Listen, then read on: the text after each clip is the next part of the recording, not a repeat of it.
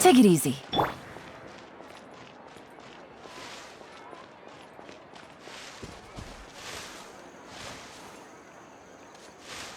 Yeah! Scatter! Skyward! This shop looks popular today. Wonder what the occasion is.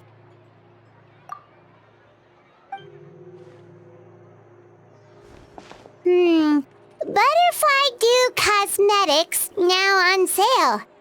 Huh, looks like it. Oh, Sigewinne's here too! Hey there, Sigewinne!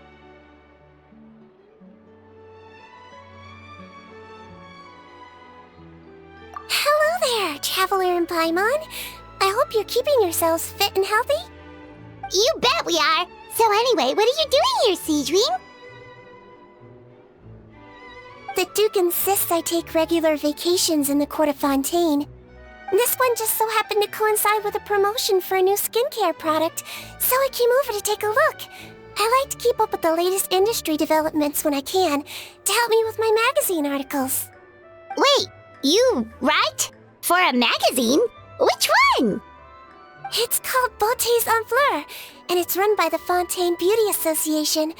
I've done lots of articles about skincare for them, using the pen name Maritime Flower.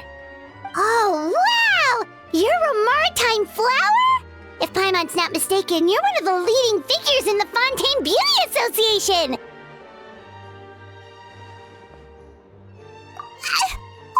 What's so weird about that? Everyone loves beauty! I really like this role. The staff at cosmetics shops are always so polite. And as long as I wear a big smile on my face, I always get the best customer service. Well, they sure don't want to make an enemy of the Maritime Flower.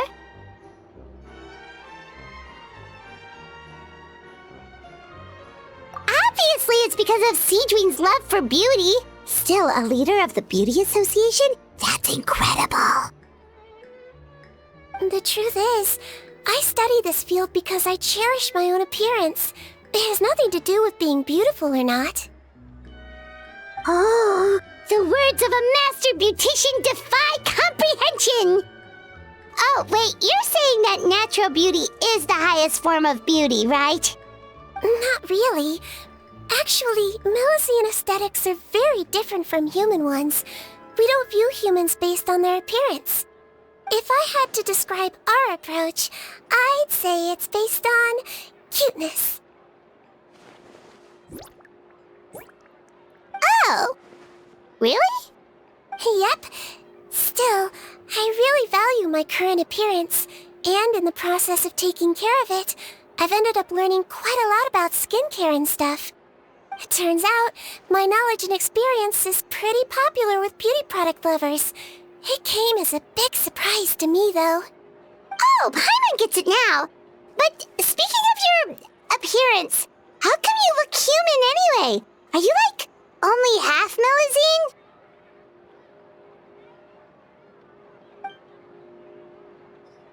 Ooh, wait, sorry. That was probably really offensive, wasn't it? No, I don't mind. I'm not mixed, though. I made a decision to turn myself into this form a very long time ago.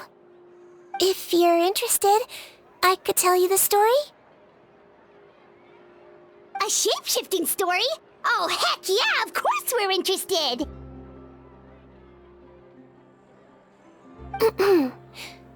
Once upon a time...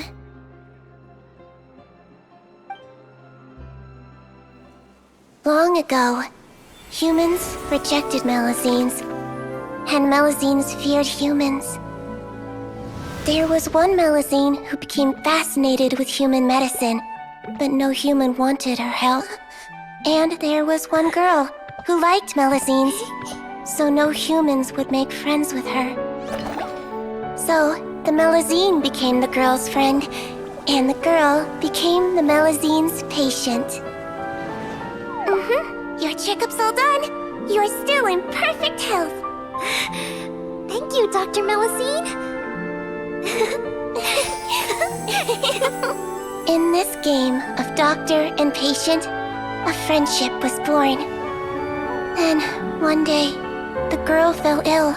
The Melusine was the only doctor to arrive on time, but the adults sent her away. Scram!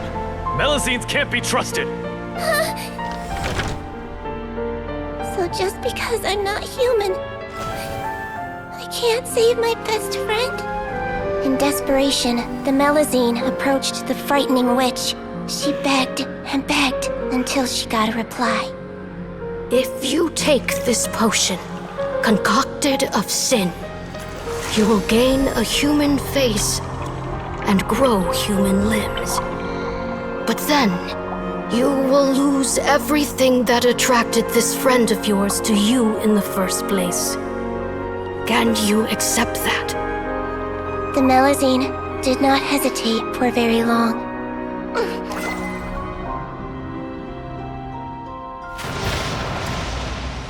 On a rainy night, a little doctor knocked on the girl's door. The doctor wore a hood and raincoat, maybe to protect her from the rain, but maybe also to hide a secret. The little doctor held the girl's hand and treated her illness, just as she had so many times before.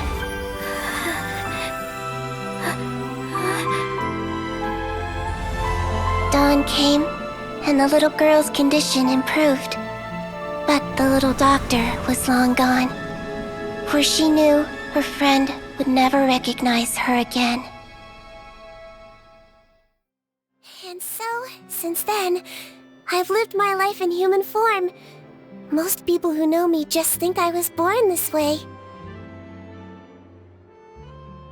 Ooh. A witch? A potion? Why does this sound like a fairy tale? Trust me, it's a true story. Must be the way you told it then. It just sounds so...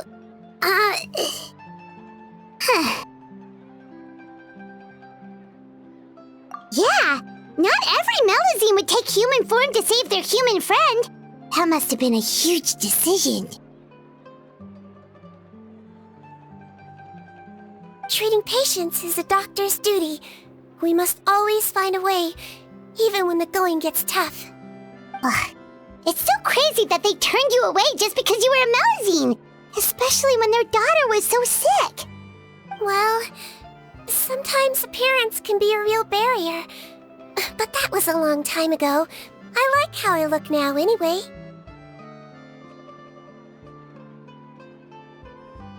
Paimon too! You're super cute this way. Attention customers! Thank you all for waiting. Now, on behalf of our skincare partner, I'm delighted to announce that our exciting new product is now officially on sale! Well, there we go. Let's have a look, shall we? Oh, Paimon, if you want to buy any skincare products, I'll be happy to give you some suggestions. Really? Personal advice right from a leader of the Fontaine Beauty Association? What an honor! Allow me to introduce our newest skin lotion, Butterfly Dew. I'm sure many of you have already read about this product's trials in the newspapers. To say that it improves skin quality is an understatement. This product gets its name from the way it transforms your skin and makes it glow anew, like a butterfly emerging from its chrysalis and spreading its wings for the first time. We are thrilled to have the inventor of this fantastic product with us here today. Please welcome Mr. Rawat, a researcher from the Fontaine Research Institute. Now, without further ado, I'll hand over to Mr. Rawat to tell you all about what Butterfly Dew can do for you. Thank you. Hello, everyone. I'm Rawat, and I developed Butterfly Dew. Wow, what a looker. He's a researcher? Wow, he's really challenging the stereotype. It seems that everyone is surprised by my entrance. Or should I say, my appearance. I'm well aware that researchers are generally better known for their brains than their dashing good looks. In that regard, I do believe I break the mold somewhat. Of course, appearance is a skin-deep way of defining a person. And yet one's appearance can be a very real set of shackles, holding a person back in their life. It can rob a young person of their self-confidence when applying for a job, dissuade a young lady from approaching the one she loves. Our actions are at the mercy of our appearance, and we slowly become the very person that the outside world sees us as. But what if I told you that those shackles can be broken? If our appearance prevents us from changing, then let us first change our appearance itself. Wash away moles, birthmarks, and wrinkles, and they can no longer rob us of our confidence. Replace them with luster and radiance, and we shall never again hang our heads in shame.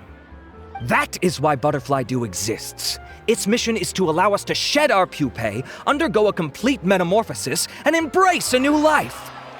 Well, whether it actually works or not, after that speech, Paimon's already sold! Mr. Rawat, could I ask if you've used this product yourself? Of course, I tried it many times while I was testing it. You can consider me a product ambassador. Wow, then it's sure to work! Still, I don't expect to convince you just by blowing my own trumpet. So, could I get a volunteer from the audience to try it out? Oh, Paimon volunteers!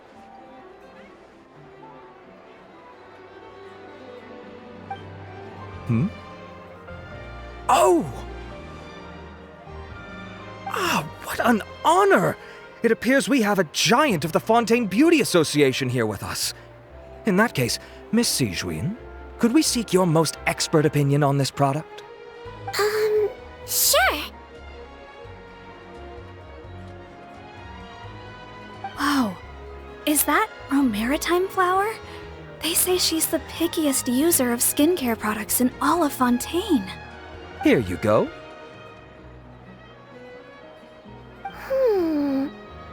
Well, it's very kind to the skin, and the absorption rate is high. Even for Fontaine, this is a first-rate product. Wow, now that's high praise! I'll take one. Any discounts? All right. Well, all that remains for me to say is, Butterfly Dew is now on sale!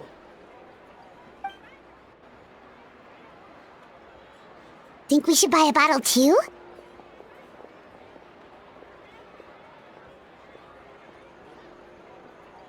Ha! Of course you bring up Mora! Fine, Paimon will pay out of her own pocket, and even share it with you. There, does that sound fair? And if you're worried about whether it's the right product for you, well, luckily for us, sigewinne's here, so we can get an expert consultation.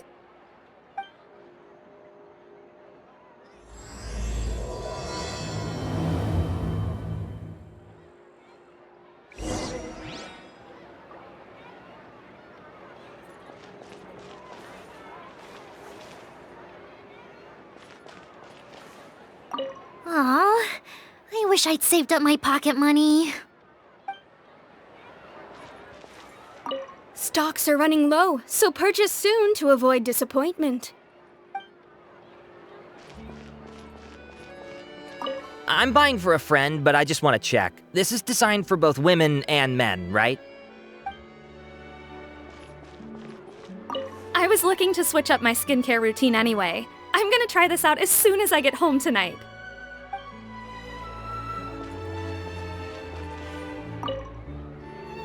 It's an honor to receive such high praise from you. To be honest, I was also hoping you might be able to point out some flaws in the product so I can keep improving it. With most skincare products, the pros and cons only become apparent with long-term use. Yet, this one has instant benefits, improving skin quality without any obvious side effects, It's one of a kind. Don't worry though, I plan to keep using it, and I'll publish regular reviews in Beautés en Fleur. You can read my thoughts there. All you need to do is subscribe. Oh, I was hoping for a more casual conversation, but you are a beauty association leader after all. I understand if you want to keep this professional. Sigewinne! Oh, excuse us, Miss Beauty Expert, but do you think this product is a good choice for me and her? Wait, are you the renowned traveler? That's right, and by her side, the equally famous Paimon. Well, I don't normally handle customer questions personally, but since it's the traveler asking, allow me to make an exception. Butterfly Dew is made for all skin types, so no matter who you are, you can rest assured that it will be kind to your skin. If anything, it might be marginally more effective on Fontanian's skin, but other than that, it works the same on everyone. Why would it work better on Fontanians? In the interests of protecting my trade secrets, I'm afraid I can't answer that, Miss Paimon. Alright then. How about a friend discount? Save yourself the trouble.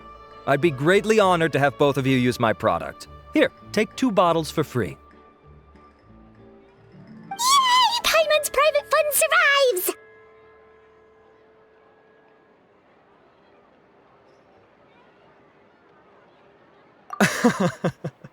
I can see why you might think that, but please don't misunderstand.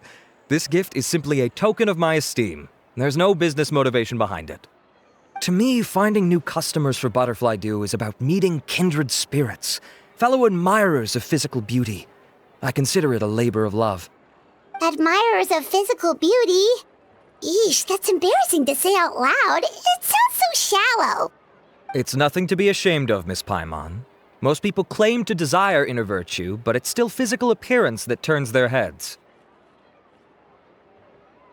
This is a fact of life. It's only natural for people to desire to become beautiful, and that's exactly what inspired me to choose this research direction in the first place. You're right. Everyone loves beauty, don't they? Look at the time. My apologies, but I have other things to attend to. I'll leave you with these 2 bottles of Butterfly Dew, and I look forward to seeing you again. Paimon, I'd say there's no need for you and the Traveler to use this product for now. Why? Is there a problem with it? The quality is fine. I just think there's room for improvement. I think I could add some ingredients to the mix to make it more effective. Really? Then why didn't you tell Rawat about that? Researchers are a very special breed of human. You can point out their flaws to their face and they won't mind very much. But if you tell them that someone else could do a better job, now that'll make them really upset. If I'd mentioned it, he probably wouldn't have given you those 2 bottles for free. Fair enough, that makes sense. If you're interested in the more effective version, I can write up a list of ingredients for you. Just come get me once you've gathered them. When you say more effective, you mean it'll make Paimon even prettier? Ooh, how can we say no? As for me, it's probably time I got back to the Fortress of Maripede. I mustn't leave the infirmary unattended for too long. Alright, see you there then!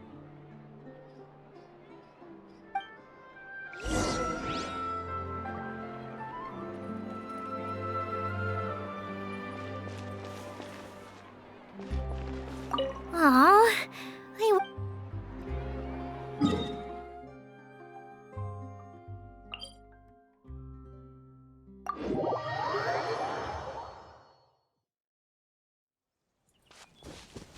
Yeah! Skyward! Just up ahead, Traveler! The ingredients for Sigewinne should be nearby!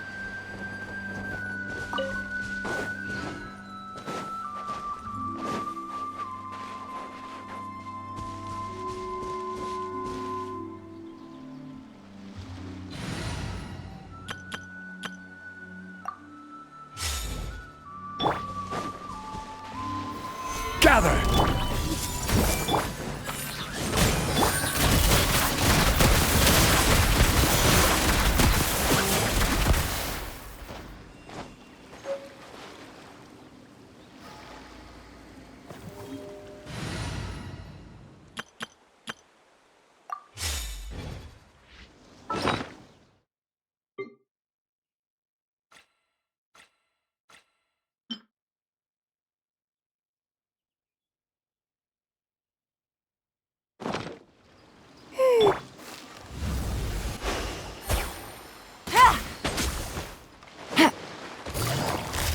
Quietly now.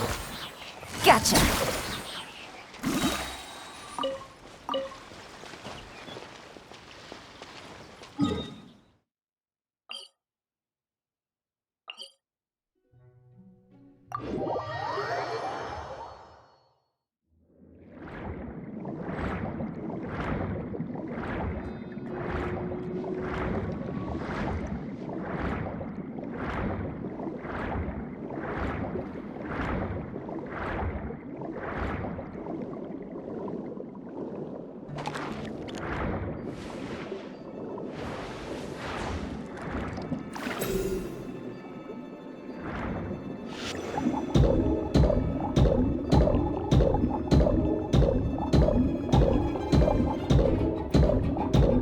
Great! That's everything! Let's head to the Fortress of Mirapede!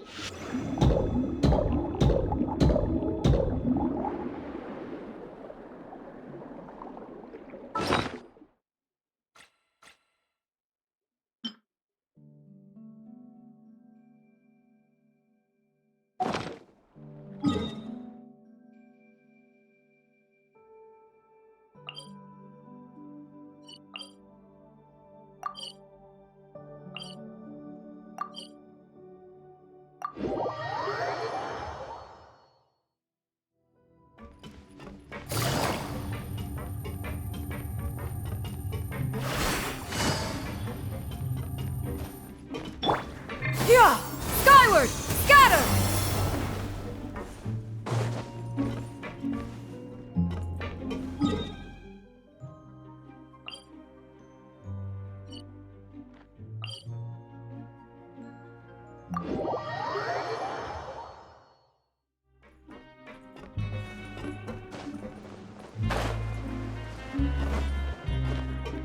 Yeah! Skyward!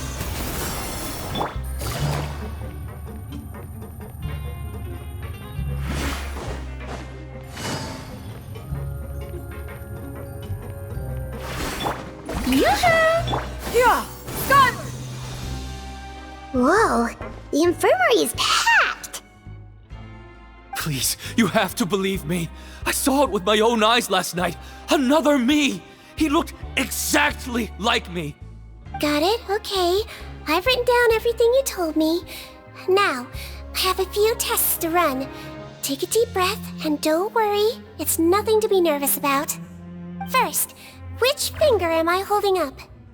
Your index finger, but I'm telling you, my mental state is fine. I'm not crazy. Very good. Now, on to the next. Hey there, Your Grace. It's been a while, huh? Ah, it's you two. Indeed it has. I would offer you some tea, but I'm afraid the timing is unfortunate. Duty calls. No worries. Actually, we were looking for sigewinne. Do you, know what all of this is about? This inmate came running to the guards in a panic, claiming to have seen his exact doppelganger. A doppelganger? Doesn't that just mean someone else kinda looks like him? And that's what I thought when the report first reached my desk. But we've inspected our records.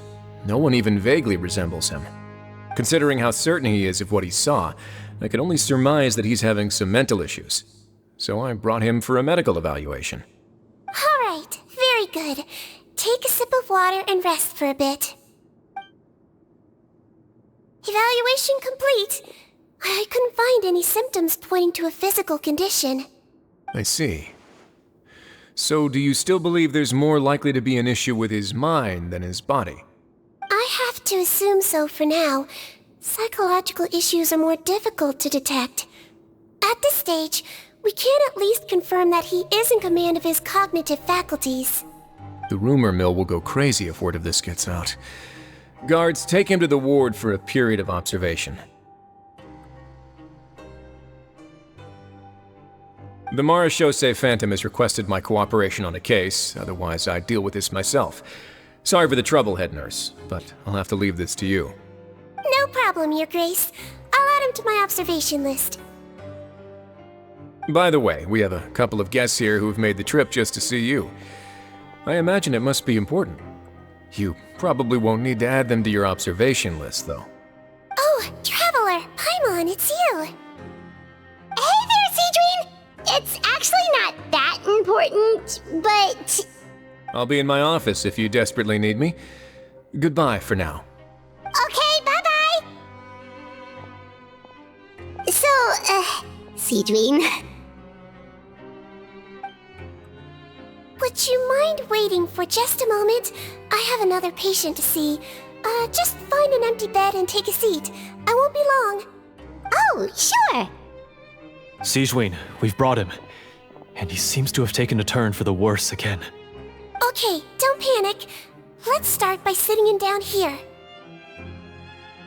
Paimon had no idea how busy it can get for sigewinne. Maybe now's not the time to ask for her help with skincare.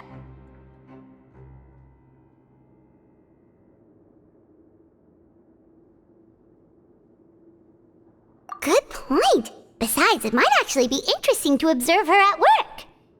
Well, this could hurt, so I suggest you take a deep breath first. Did his face melt? What happened to him? It's anyone's guess. His face melted off shortly after arriving at the fortress. But since he's a serious offender, he can't be allowed out for medical treatment. Best we can do for now is ask the head nurse to give him something to manage the symptoms. Oh, this is gonna be awkward. We still need to bring him to the Marechaussee Phantom for questioning. What if he scares them half to death? Will that be our fault? The Marechaussee Phantom? Does this have something to do with the case Risley's dealing with? Yep, it was a huge case. They bagged a few dozen crooks in one fell swoop. And this guy's the baddest apple of the bunch. He harmed countless people. And now, it looks like it's all finally catching up with him. You done gawking? Not yet. I need to check the severity of your ulcers to decide the right dosage. Don't worry. We Melusines have a very different sense of aesthetics from humans. To me, he just looked like a little kitty with slightly scruffy fur, but still just as cute. Don't patronize me. Do I look like a kid to you? Just give me the meds and let me out of here. I already missed my cell. Hey, lose the attitude. You dare talk back to our head nurse like that again? Your days are numbered. Oh, it's fine. Okay, I'm going to apply the medication now. Tell me if it hurts, alright? Look how nice sigewinne's being. And he still talks to her like that? What a nasty piece of work. Can I leave now? Wow, not a peep. What a brave little guy. Thank you, sigewinne. And I apologize for the trouble. So, Traveler, Paimon, did you bring the ingredients? We did, but we don't want to interfere or anything. You're busy saving lives here. Oh, don't be silly. I agreed to it, didn't I? Just hand me the ingredients, and I'll make some time to whip it into the improved version for you. Take a rest here if you want. Or, if you're not tired, I hear they're holding a new pancreation tournament in the administration area. Or alternatively, is there anything we could help you with, sigewinne? That's right! Let us help you out! It's the least we could do! Good point. Kind-hearted humans start to develop guilt if they accept free help from others. Don't worry. I'll take a look at my schedule. I'm sure I can find something to treat this condition. I gotta warn you, though, it'll be tiring work. So I suggest you take a break first, then come back and see me when you're ready.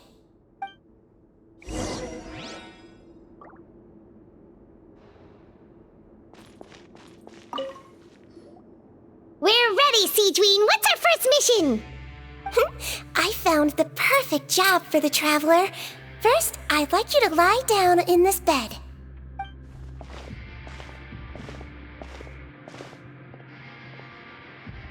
What for? I need you to pretend to be sick. What? Oh, is it that difficult? I thought you did a pretty good job last time. Oh, so you knew. I sure did.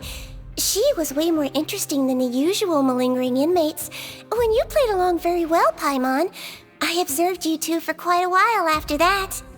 Well, this is awkward. But why do you need us to do it again now? No time to explain. My next patient will be here any second. Oh, please, just do as I say. You can, pretend like you've got a nasty headache. And throw in some dry heaving for good measure. Okay.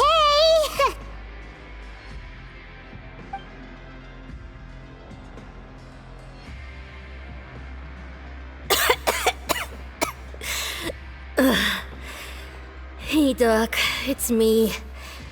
I'm only here because my mom won't stop pestering me about it. So annoying. Well, your mother has enough on her plate with a busy job. Well, the last thing she needs is to worry about you being sick as well. I know. I shouldn't treat the place like a playground. Shouldn't go swimming in the lower levels where we join up with the sea, because it'll give me a cold and distract her from her work. I thought I'd be able to have some fun here at the fortress for a few days, but it's always, don't do this and don't do that. All right, sit yourself down and I'll take your temperature. Your fever still hasn't gone down. Well, here's your medicine. 1 cup for starters, and we'll see if it helps. But Doc, it's so bitter. Do I really have to drink it? I mean, I'll be fine, right? I've got an uncle who caught a cold. His fever went away on its own after a couple days. Can't you just write me a note saying I'm on the mend? I just need something to keep my mom off my case. I sure can. You're a very brave boy after all. Huh? Brave? What makes you say that? Well, if you want to rely on your own immune system to clear up your fever, then you'll have to tough it out like this young lady.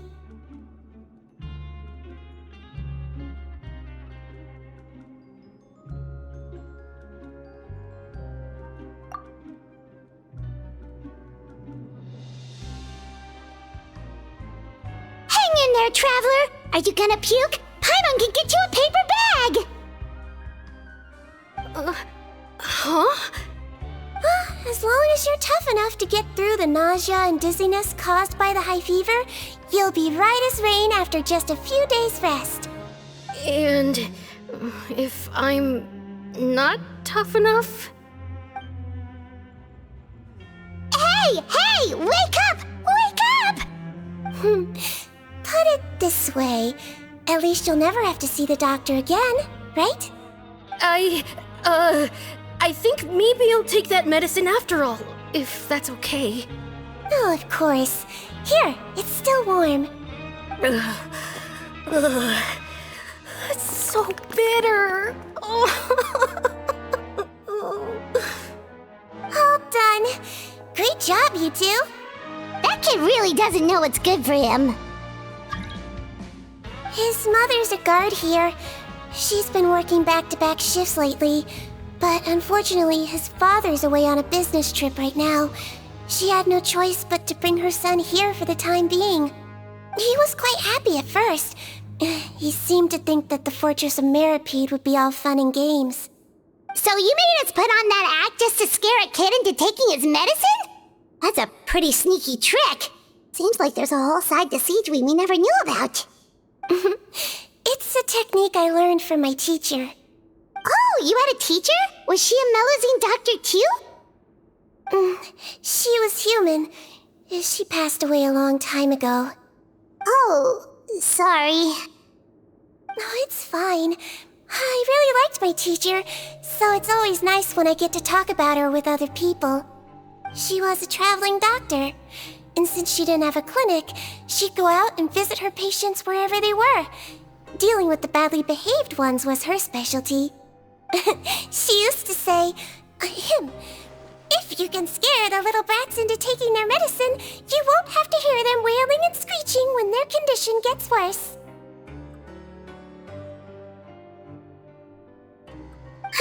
She sounds like a pretty strict teacher. Strict? Well, that's not how my teacher saw it. She thought of herself as terrifying to kids. Strange way for a doctor to describe themselves. Now Paimon's curious to know what she looked like. Oh, as it happens, I actually have a picture of her.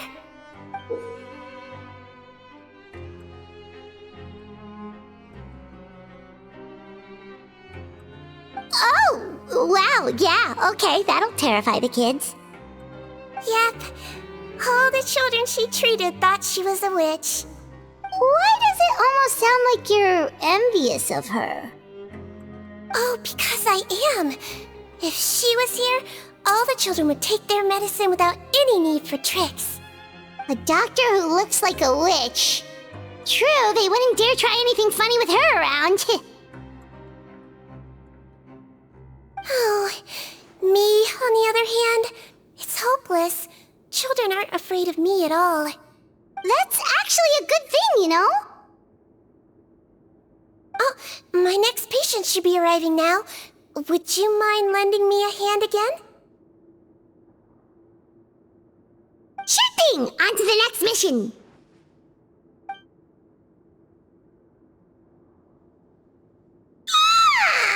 Is it nighttime already?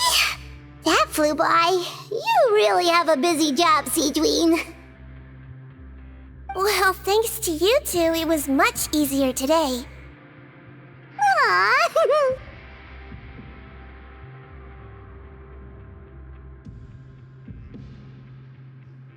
Should we get some rest? It's getting pretty late. Oh, there is one last thing. I have to keep it confidential, so I usually leave it till after everyone's clocked out. Confidential? Are you sure you can tell us? Well, it's fine. You're not living here anymore, so it's okay if you know. All it is I have to prepare some ingredients to make healthy meals with. Wait, you mean those healthy meals? My patients refuse to eat any healthy meals I prepare in front of them, so I have to prep the ingredients in secret, then let the chef at the coupon cafeteria handle the rest. Considering even the chef's version makes people uneasy, it really makes you wonder what's in it. You want to find out?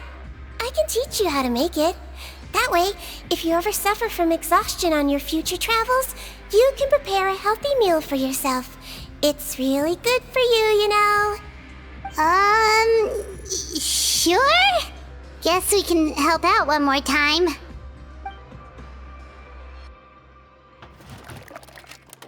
The ingredients are ready. Now, put them on the table and add them in the order I tell you. First, we add this special slime condensate, stir it thoroughly, then pour it in. Oh, see that? It adds elasticity and looks just like tasty jelly, doesn't it? Yeah, it really does. Until you remember it's slime condensate. Next up, xenochromatic crystals. You want to crush them up into a fine powder, like powdered sugar. Wait, are those from Fontimer Aberrants? Are you sure they're edible? Finally, we'll need some high-protein meat. Frogs are an excellent choice. You just need to clean their innards, and then you're left with some lovely tender meat. Oh! Frogs. And we're done. All that's left now is to pack them into lunch boxes and hand them to Walsey. Yesterday in the production zone, I noticed an inmate who's been working for 2 days straight. That means it's a healthy meal for him tomorrow. sigewinne really does have the inmate's best interests at heart.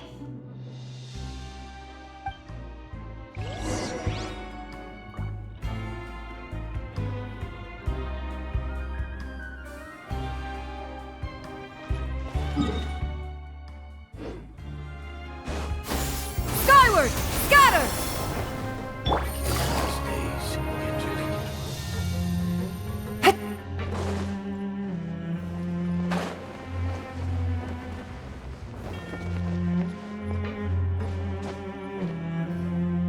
Ah, head nurse. Got some extras for me? Just the one today. The serial number's on the lid. Sounds good. I'll make sure it gets delivered. Sounds like they're talking in code. Thanks for your help. Oh, it's no trouble at all. I only wish I could do more. You work so hard for all our sakes. I'd happily lose a little sleep if it meant helping you out. That won't do. If you reduce your sleeping hours any further, your health will start to suffer. All right. Nurse's orders. I'll do as I'm told. But you take care of yourself too.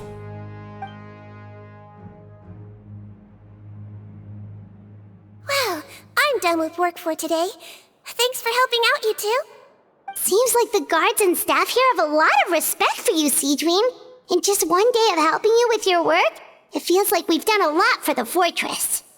Head nurse, please, wait. I'm sorry to disturb you this late at night, but I think you'll agree, this is urgent. Okay, just relax and catch your breath. What's the matter? The guard at the observation ward, Odilon, he told me to pass on a message to you. One of the inmates there, the guy suffering from possible hallucinations, well, he seems to have made a sudden recovery, and now he wants to apply for permission to leave the ward. Huh? Already? You were right to tell me. I'll have to examine him and make sure he's well before we discharge him. Looks like we've got one job as medical assistants left. We'll come with you.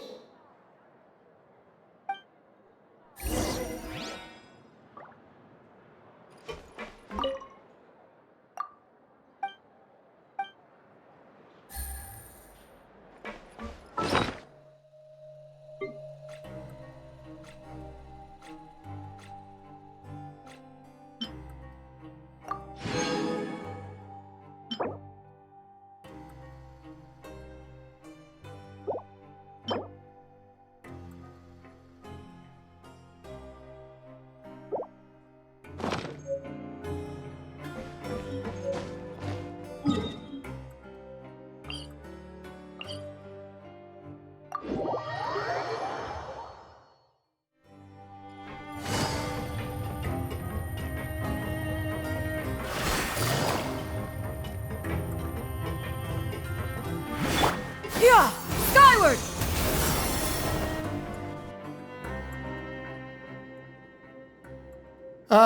Head nurse, you're finally here.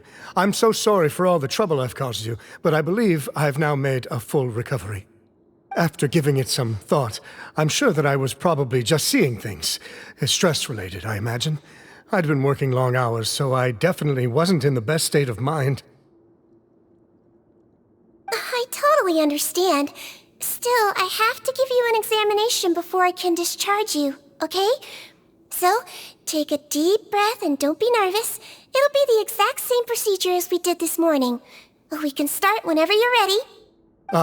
Again, so sorry. I was in such a state this morning, I barely recall anything. Would you mind taking me through it again? Oh, not at all. It's a lot to remember. First up, we have a little cognitive test. Just concentrate and you'll be fine. To start with, which finger am I holding up? Your pinky.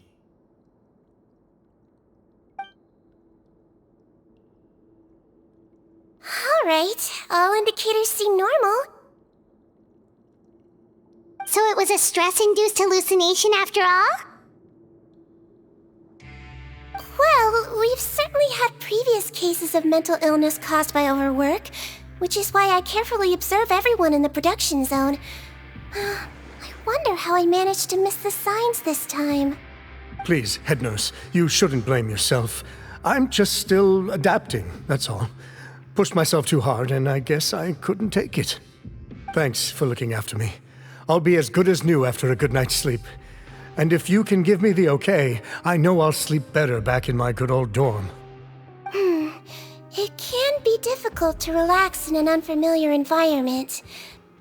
All right then, you can leave the ward. I suggest you take 2 days off to focus on your recovery. I'll take you off the observation list for now, so you're officially discharged. Great. I can't thank you enough, head nurse. Mr. Odilon, could you escort him back? Of course. I'm on guard duty in the administrative area tonight, so nothing will go wrong. You have my word.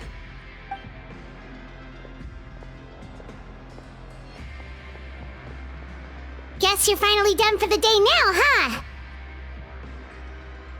Yep. But I still haven't gotten around to making that improved lotion for you yet. Oh, no rush! Seriously, it's super late now. You should go get some rest too. Well, tomorrow it is then. Good night, Traveler. Good night, Paimon. Hope you sleep well. Oh, don't you worry! We will! After a productive day of work, we're both gonna sleep like a log. Yeah, sleep tight, sigewinne. See you tomorrow!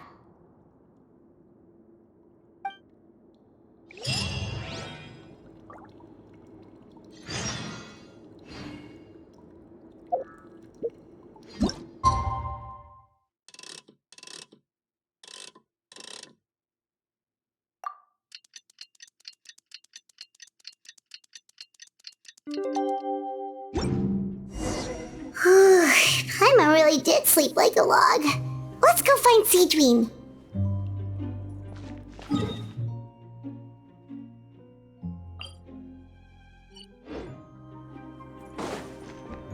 Yeah! Skyward! Scatter!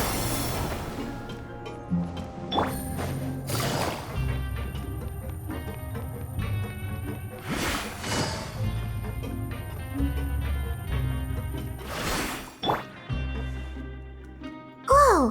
How is the infirmary even busier than yesterday? Good morning, Traveler and Paimon. I have a few people here for a checkup, so you might need to wait for a while. No problem. Anything we can do to help? There's a bit of a complicated situation here. I'm still getting to the bottom of it myself. You have to believe me. I'm telling the truth. You're in a medical facility. Keep it down. Please, listen to me. I'm not Gascon. I'm Uy. You're a horrible liar, you know that? We get all your mugshots with the arrest warrants. It's clear as day that you're Gascon. You mean because of the way I look? I don't know what happened. I just woke up like this. Then you guys dragged me in here for an interrogation. I brought you here to figure out what's going on. If you truly are the victim of an injustice, yelling isn't going to achieve anything. At most, it'll delay your vindication. All right. I get it. This is nuts. Yesterday's interrogations went fine, and now this. Morning, Your Grace. What's going on? Remember the case I mentioned yesterday? The one brought to me by the Marechaussee Phantom? Well, we've been questioning the inmates involved this morning. Every single one of them is claiming mistaken identity. Huh. That's even weirder than what that guy was saying yesterday. The thing is, none of them have been able to provide any evidence whatsoever to support their claims. Questioning them further got us nowhere, so for now, we've brought them to the infirmary. And we thought yesterday was as busy as it got for sigewinne. We've compiled their statements. Have a look. Perhaps there's something we missed.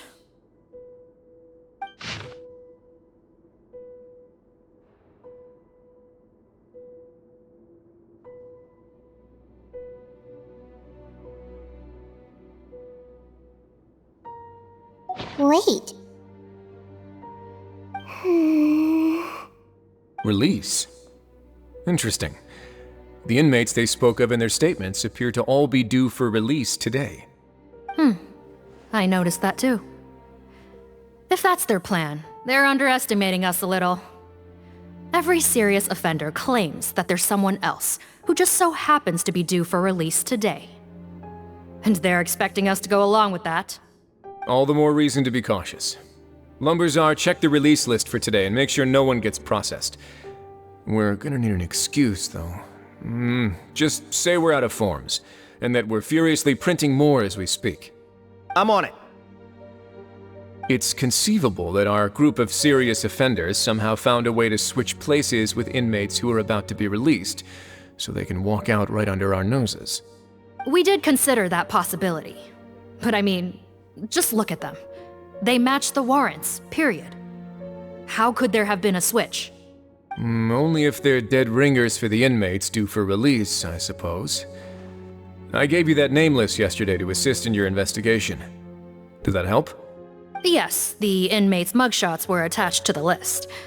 The first thing I did was check for lookalikes, and I didn't find any. The only other thing that stands out to me is that their voices sound a little different today.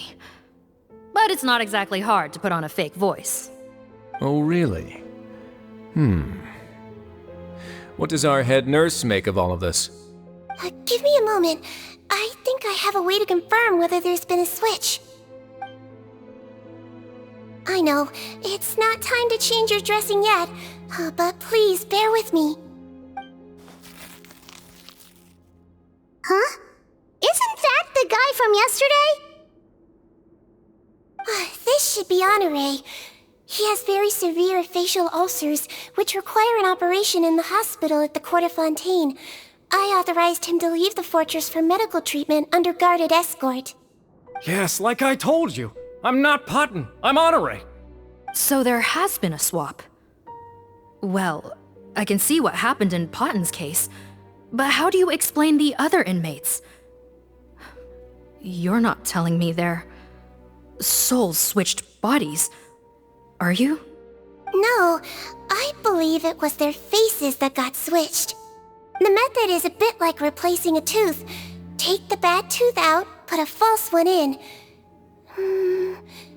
And actually, I think I can prove it to you.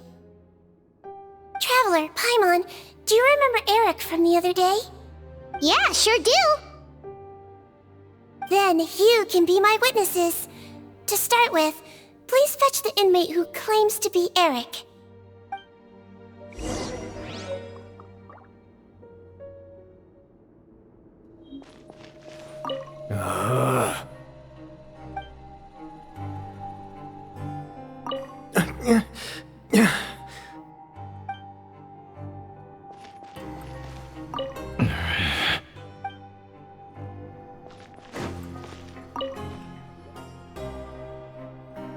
So, you're Eric? Yes, head nurse. It's me. You do believe me, right? I need to do another examination on you. Same procedure as yesterday. All right. It's the cognition test first, right? So I need to concentrate. Now, try to recall if you can. The last time we did this test, which finger did I hold up? I believe it was your index finger. But that means...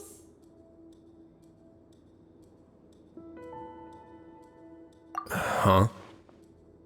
So basically, last night the Eric who said he saw another him suddenly recovered and applied to leave the observation ward. Sigewinne did another test before letting him leave, but that time she held up her pinky finger. Huh? I don't know about any tests last night. There was nothing to do in the observation ward, so I went straight to bed. Then I somehow woke up in a high-security cell. Well, in that case, there is a reasonable explanation for the strange events of the past 2 days. So, what exactly happened? The gang of serious offenders wanted to break out of prison, so they identified a group of scapegoats, namely inmates whose terms were almost up, and planned to switch appearances with them. Last night, when Odilon was on duty, they ambushed him and had one of their group switch appearances with him using their face-swapping method. That allowed them to avoid scrutiny from the other guards. Then, once all the other inmates were asleep, Odilon spent his night shift carrying out the remainder of their switcheroo plan. However, they made one mistake. Henri changed his appearance to match Eric's earlier than he should have done, and ended up being spotted by the real Eric. Real Eric came to the guards for help, but we didn't know then what we know now, so we put it down to hallucination and sent him to the observation ward. However, since one of the gang members was posing as a guard, they simply changed real Eric's appearance and had their Eric take his place, muddying the waters even further. Right, because I put Eric on the observation list by then, and no inmates on that list can be processed for departure until I've discharged them. Hence why the imposters had to pull that little stunt to get fake Eric off the list. Yeah, it all makes sense now! The Duke cracked the case! Well, I can't fault the reasoning. But I'm afraid that we ruled out the possibility of face switching very early on in this process. Criminals altering their facial appearance to commit crimes is nothing new. In fact, one of the explicit duties of the Malazines in the Marechaussee Phantom is to identify criminals in disguise. We carefully examined all the suspects, and there is no evidence that any means of disguise were used in this case. Huh. Well then, how do we explain all this? So far, it seems more likely that the gang stole documentation belonging to the inmates due for release, and are using that to commit identity fraud. Actually, there is a potion that can completely change someone's appearance. If they use that, even a Melazine wouldn't be able to detect it. A shape-shifting potion? Forgive me, head nurse, but this is the first time I'm hearing about it. If such a potion truly existed, it would jeopardize our entire investigative process at the Marechaussee Phantom. Are you certain of this? Yes, I am. But... Please, trust me in my professional opinion as an experienced clinician. At the same time, without any solid evidence, it's pure speculation. If we can round up all the inmates suspected of switching places, then have a little talk with both sides, we might just get our answer. Yep, let's do that. Okay. Well, it was our negligence that meant we had to come and conduct these post-internment interrogations. And I know it's put you out. We'll do it your way. Your Grace, bad news. I paused the releases like you asked, but we were too late. A bunch of people already got processed 2 hours ago. I checked the list, and sure enough, it's all the people who gave statements. 2 hours ago? That's before today's interrogations began. They had this all planned out. So there really was a switch after all. They really pulled the wool over our eyes on this one. We should be able to catch up with them if we leave now, right? Not if that potion is real. They can just switch faces again after leaving the fortress. And if the Marechaussee's Melazines can't even spot them, we wouldn't know where to start searching. Yikes! So we're at a complete dead end!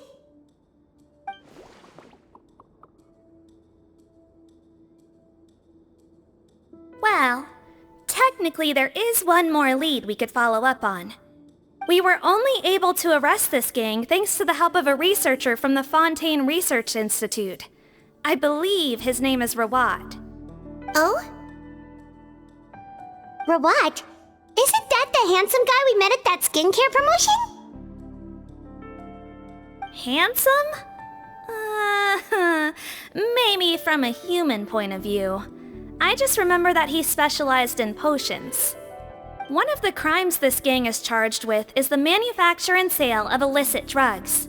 According to Mr. Rawat, they appear to have stolen technology he developed through his research and used it in their operation.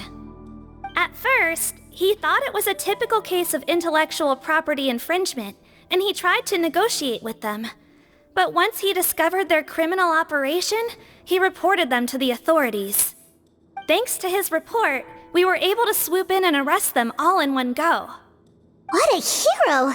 Bet that took courage on his part. No doubt. This is worth following up on. As the one who snitched on them, it's highly likely that Rawat will be targeted by the escapees. That aside, since he's negotiated with them in person before, there's a chance he'll have some additional information for us. Understood, Your Grace. My team and I will head to the Fontaine Research Institute right away. In the meantime, please keep an eye on the face switch victims for us. Of course. Miss Morgan, I'd like to come along and help you catch these criminals. Huh? Why's that? Well, I'm the one who discharged the fake Eric last night, so I feel partly responsible. Don't say that, head nurse. Your focus was on the inmate's health, and rightly so. We can't ask you to help with arresting criminals. That's our duty. I also have a more personal reason. Cotton is a patient of mine, and if I don't get a new batch of medicine to him in time, his condition will get much worse. Look, head nurse, I completely understand where you're coming from. But arresting criminals is dangerous business. And if anything happened to you, none of us can afford to take on that responsibility. Don't worry, I can defend myself just fine. You say that, but still. If I may, Miss Morgan, Sigewinne is the one who raised the potion hypothesis, and I'm sure she has far more expertise on the topic than your team. My suggestion would be to bring her with you. And if you really are worried for her safety, then...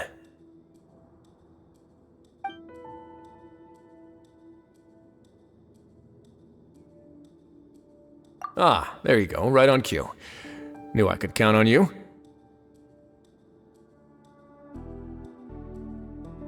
Okay.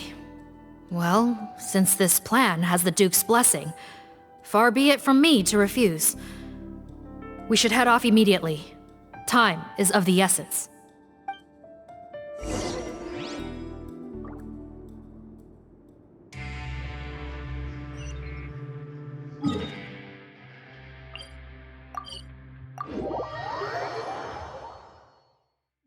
Of the mechanical arts are too profound to convey in a few simple words. Greetings. Sorry to impose, but I'm afraid we're here on urgent business, and we're gonna need you to cooperate. The Marsh is a phantom. Let me guess, you're investigating some more illegal research? Not this time, no. We're looking for a researcher. Do you know where we might find Mr. Rawat? Rawat. Oh yeah, Mr. Handsome, right? He actually doesn't work on site here very often. There's a handful of researchers in the nearby area who know him pretty well, though. You can see what they know. Just a handful? Paimon figured he'd be the most popular guy around. Well, I guess you could say he's popular, at least on a superficial level. He's blessed with good looks, so he tends to make a good first impression on people. But in all his time here at the Fontaine Research Institute, I don't think he's ever had a single deep conversation about his research with his peers. That's no way to make real friends around here.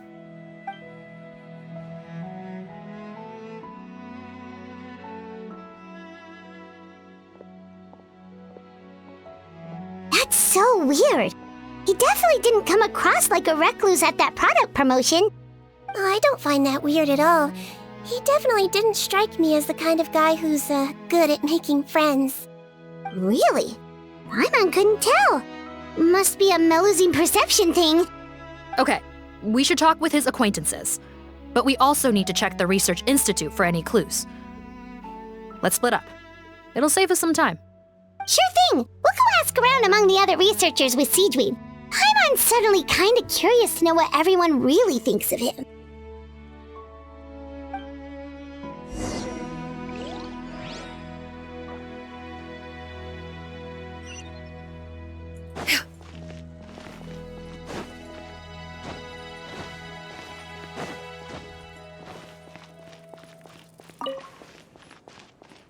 Yeah!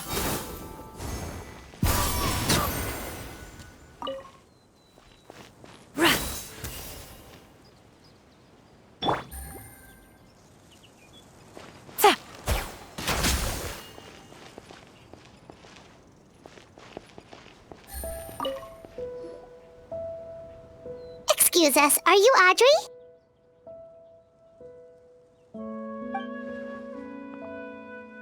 That's me. What is it?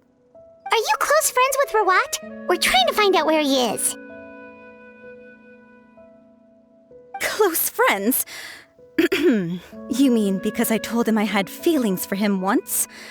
I doubt I'm the first or last at the Institute to make that mistake. Why would you single me out as a close friend? I should have known, really. Men like him, they just enjoy being surrounded by fawning women. They're not interested in a serious relationship. Okay. We were just kind of wondering if you might know where we can find him. Why would I know where he's at?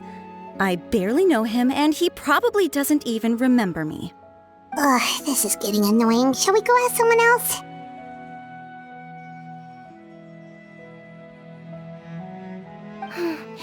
I think she knows Rawat better than she cares to admit. If we leave now, it might be a wasted opportunity. Maybe, but we're not going to get much out of her while she's in this state, are we? She's displaying symptoms common among people in love, if that's what you mean. But I know a cure. It's curable? Oh, we're still no closer to finding Mr. Rawat. Oh, by this point, he could be in grave danger. Danger? Wait, why are you looking for him again? Oh, that's right, yeah! The Marshosei Phantom said that he's been targeted by some pretty bad people. We need to make sure he's safe. What? How has this happened? He seemed fine when I last saw him, and that was only a couple of days ago. Just happened to run into him, of course. Oh, I see. Well, do you have any thoughts on where he might be right now? Okay, but this is purely out of concern for his safety. If he's not at the Institute, he might be at his mother's place. I heard she raised him alone, that they had it pretty tough financially, and these days she's housebound due to illness. He makes regular trips back home to check on her. Oh, okay. Do you know the address? Nope, sorry. I only found out the thing about his mother because it came up in conversation once. I was just trying to find out more about him, so I could get to know him better.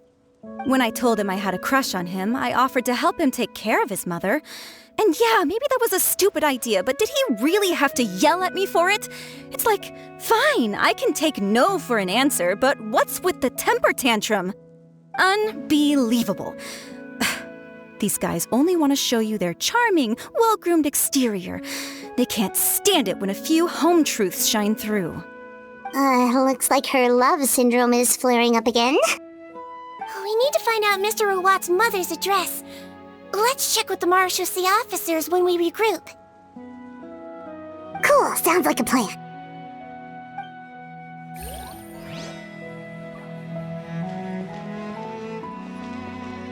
Well, I've told you everything I know. Don't you think it's time for you to go looking for him? Not that I care, obviously.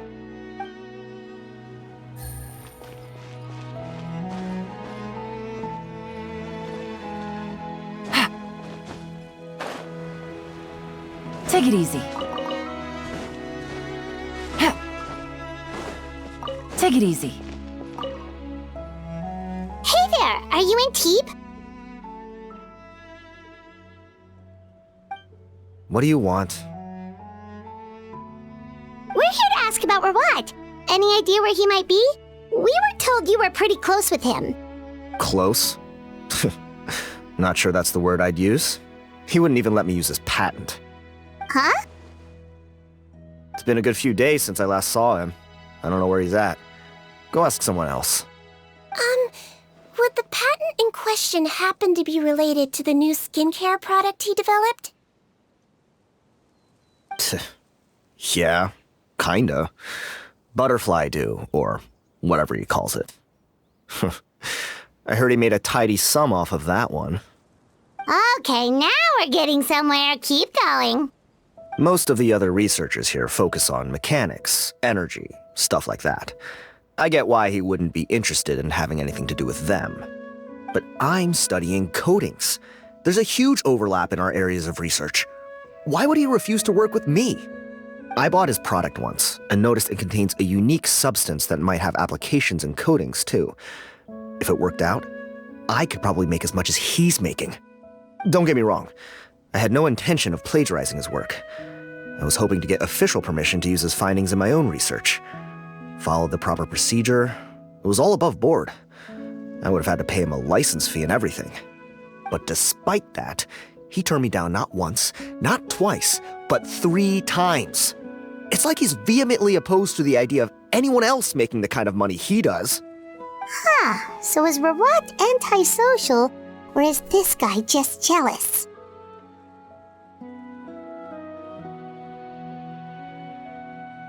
Well, it doesn't look like we're gonna get any info about Rawat's whereabouts from him. Let's go! Wait, 1 second. Mr. Antibes, next time you go shopping, you should buy some Buell fruits. Peel the skin, steep in water, then drink. It'll help calm your mood. Huh? Yeah. Thanks.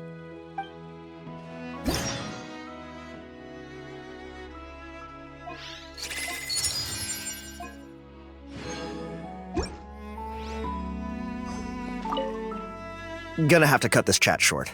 I have a patent application to write.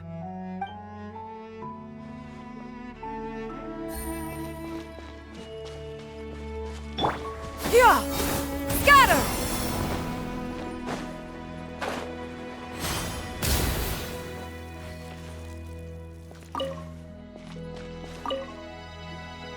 Sorry to bother you, sir, but are you Bertram? Who's asking? Just some concerned citizens helping out the Marechaussee Phantom with an investigation. We'd like to ask you about Rawat's whereabouts, if that's okay. We're told the two of you are pretty close. Not anymore, we're not. Turns out we don't see eye to eye. Oh yeah? What happened? The thing about us researchers is, most of us do what we do for some sort of higher purpose, but not Rawat. All he cared about was how to commercialize his findings. He won't even let you work with him unless you sign a confidentiality agreement first. Also, he has better control over who gets which intellectual property rights. How are you supposed to get any meaningful research done working with a guy like that? Now that I've got my own technical solution for my compressor, I don't need to work with him anymore. So that's what Rawat is really like. We'd still like to know where to find him. Is that something you can help us with? Wait, Yeah, I know you. You're the head nurse at the Fortress of Meripede. Alright, then I'm happy to help you if I can. I respect the work you do. Medicine serves the highest purpose of all the sciences. Wow, turns out sigewinne's got some real clout. Thing is, I have no real way of knowing where he might be. I stopped working with him 2 months ago, and I've barely seen him since. But if you want my advice, I'd say go talk to the peddlers. There's a few he meets with every other day or so. Maybe they know where he's at. Peddlers? Yeah, back when I was working with him, I noticed he met with them quite often. Wouldn't surprise me if they were involved in some shady business together, because it seemed like they went out of their way to avoid discussing anything in my presence. The little I overheard was about manufacturing and selling pharmaceutical drugs. Like I said, he's all about the money. Drugs? Doesn't he work with skincare products? Do those count as drugs? Who knows? I never cared to find out. He's the Morag rubber, not me. Thank you. You've given us plenty to work with. Welcome. Goodbye, and may we both reach new heights in our scientific endeavors. Well, that's all 3 researchers. Let's head back to the meetup point. If my research project works out, the development of underwater spaces should become much easier.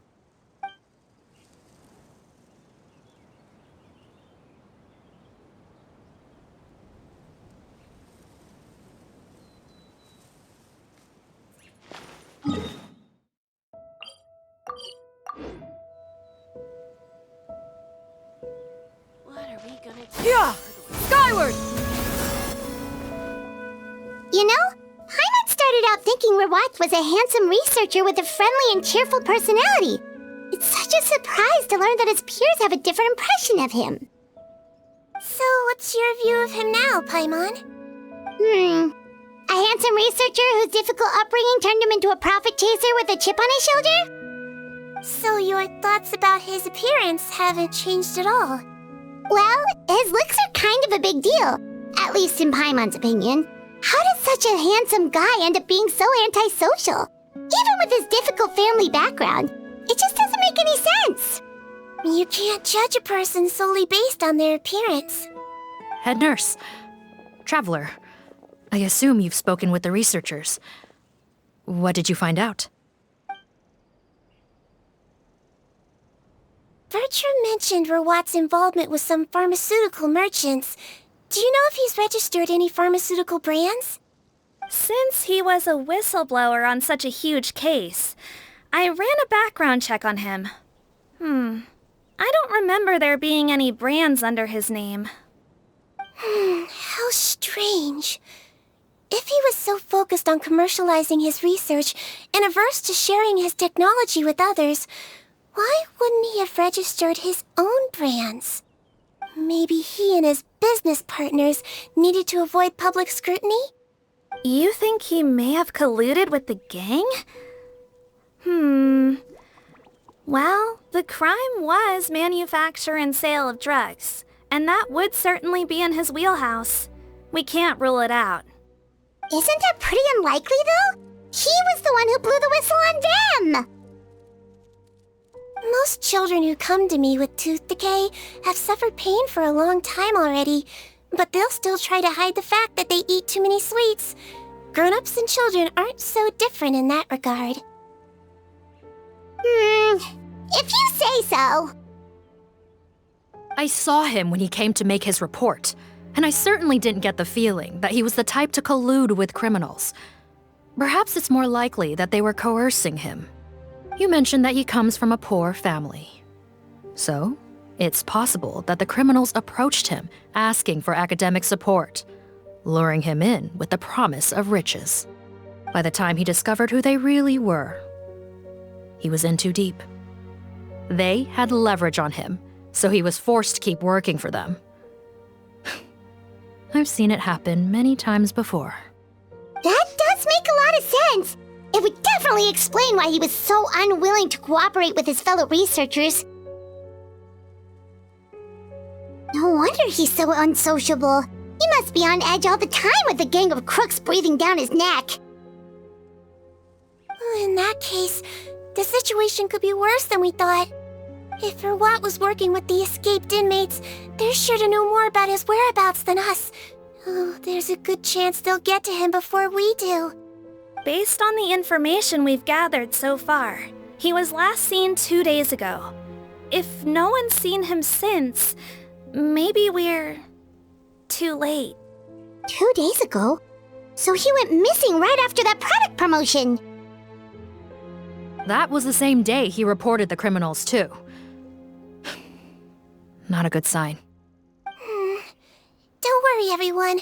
I believe we still have a chance. Since he disappeared right after blowing the whistle, it's likely that he's gone into hiding.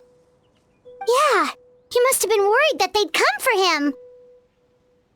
All the more reason to find him as soon as possible. The only lead we have at the moment is his mother's house, which you mentioned earlier. Seath, think you can find the place? Yep. When you register a brand, the Court of Fontaine requires you to provide a legal address. The one Rawat wrote down was in the outskirts of the city. That should be the place. Okay, then there's no time to lose. Let's move.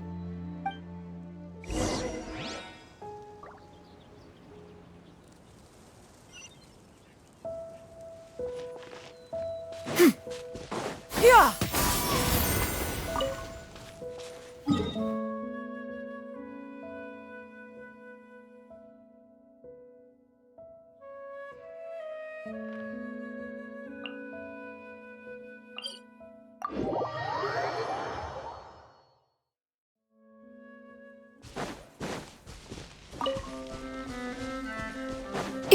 Yeah! Scatter!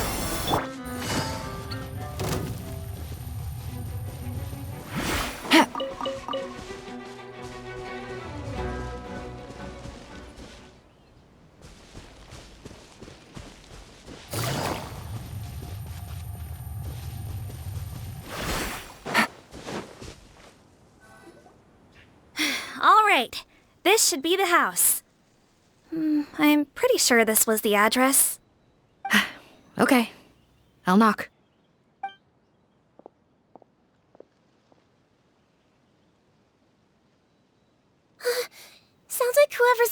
has restricted mobility. Oh, it seems serious. Oh, what's the fastest way to get this door open? Break the door down? No, I'll handle it.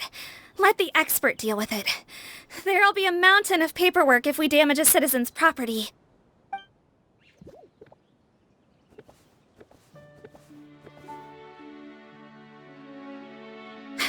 Calm down. Deep breaths. Remember your training. Control your strength. And... it's open! Seath, take a few people and lie in wait. Keep your eyes peeled for any activity around the house. The Traveler, head nurse, and I will go inside.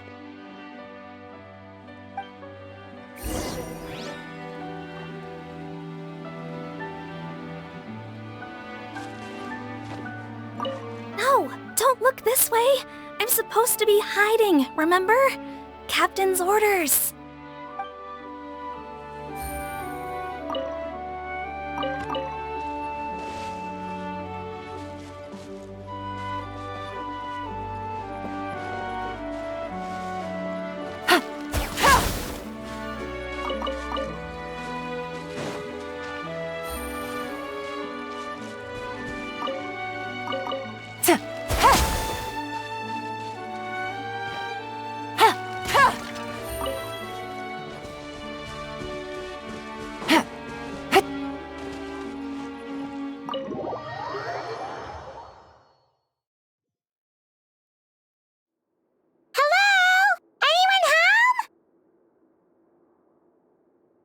Oh, there. On the bed, there's an old lady. That's gotta be Rawat's mother, right? She doesn't look like she's in any state to be answering our questions, though.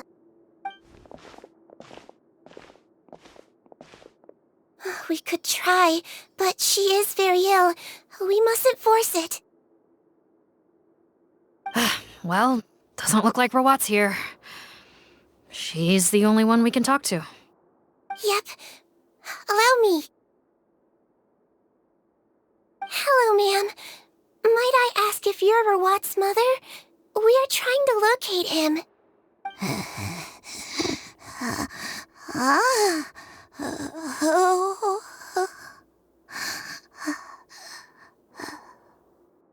Hard of hearing, perhaps. Does anyone have a picture of Rawat? I have one here. I'd like to show you a photo, ma'am. Is this your son? Do you know where he is?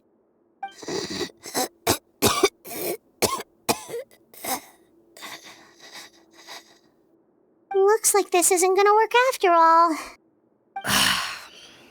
Well, looks like we're out of leads. If Rawat's not here, things are looking very bad for him. Is it possible he could have avoided returning here because he knew he'd be in danger? Maybe. But if so, where do we look next? Maybe we should take another look at the Institute. Guess so. I suggest we all return there now. We found a good amount of useful information the first time, but perhaps there's something we missed. This is our last hope. Sorry, officer, but could I stay here for a while? This patient requires some care. Of course. Traveler, stay with the head nurse. You're technically here as her assistant after all.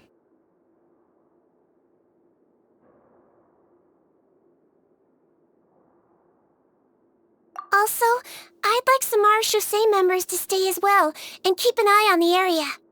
Why's that? If Rawat knows how serious his mother's condition is, he will return. Got it. Okay, I'll tell the squad members in hiding to stay put and keep a lookout. Thanks for helping me out yet again, Traveler and Paimon. No problem. But when you say her condition is serious, do you mean... Yes.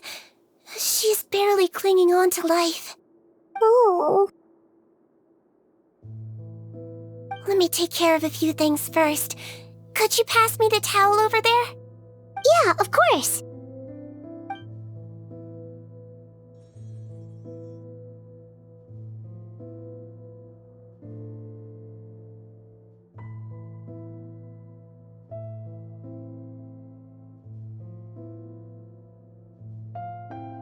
can tell that her family has tried a lot of different treatment methods, including some very expensive medicines.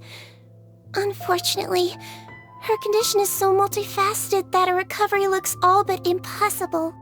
Sigewinne, Paimon bets being a nurse must be pretty tough at times like this. Yes, it makes me a little sad. In Amelizine's eyes, a human's birth, aging, sickness, and death are as much a part of natural law as sunrise and sunset. But human medicine can defy that law to some extent. In that sense, it is a science of miracles. That is why I became fascinated with it in the first place. But it was only after I truly became a doctor that I realized miracles don't always happen. Even the greatest doctors cannot cure all diseases. Sigewinne. Oh, don't worry about me, Paimon. A doctor's duty is not to cure all diseases, but to treat whatever ailments they can. At the very least, I can lower her fever. That way she'll suffer less, and she might even be able to see her son. Yeah, all the more reason to find Rawat as soon as possible, even if we don't catch those crooks.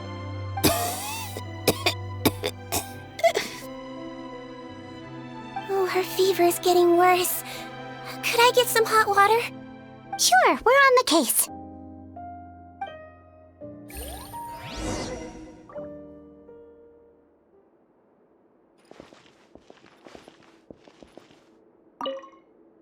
I'll take care of her. Fetch me some hot water if you would.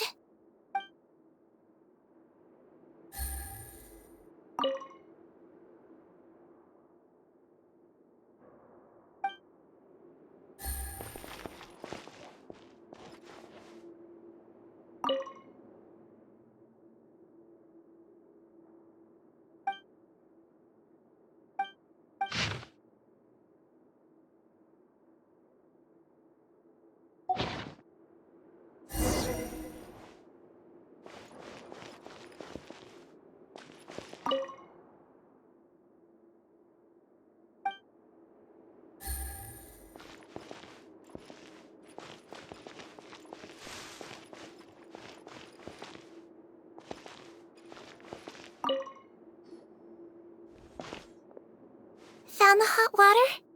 Sure did. And look what else we found. Judging by this journal, it seems like Rawat has a private lab. There's a good chance he could be there right now. We gotta go tell Officer Morgan right away. Oh, that's great news. But hold on just a moment. The wet towel is ready. I'm giving you another injection. Are you feeling better now?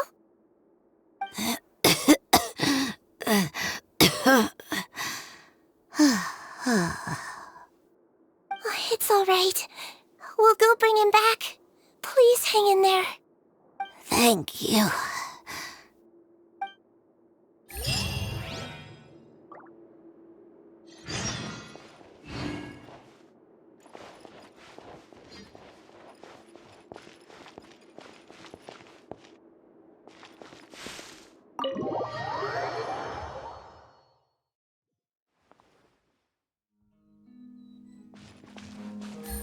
No, don't look this way. I'm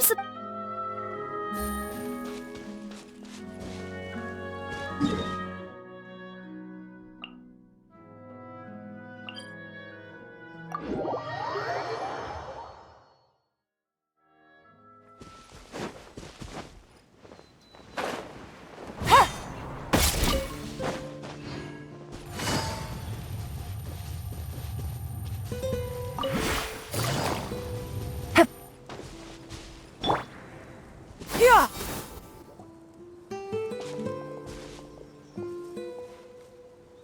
It's Officer Morgan! They're already here!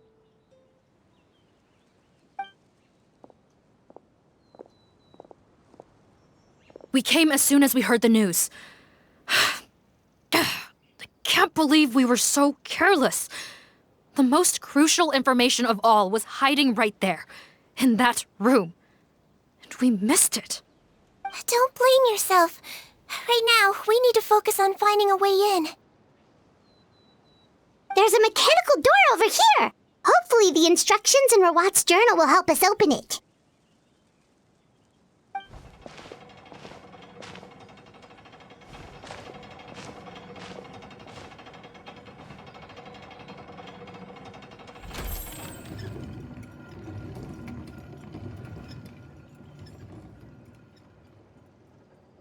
It's open. Let's go in.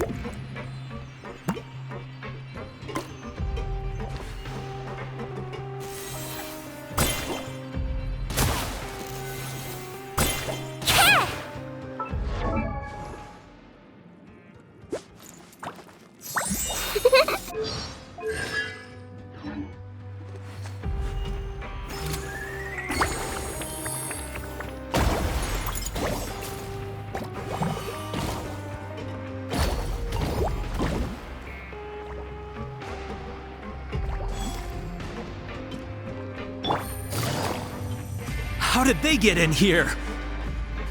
Captain, up ahead! Those look like our fugitives! So they found this place too? Don't let any of them escape! Shower me with praise! Yeah! Scatter! Skyward! Stray clouds converge! Busted. Quietly now. Take it easy. Things are about to get dicey. Should replace my hammer.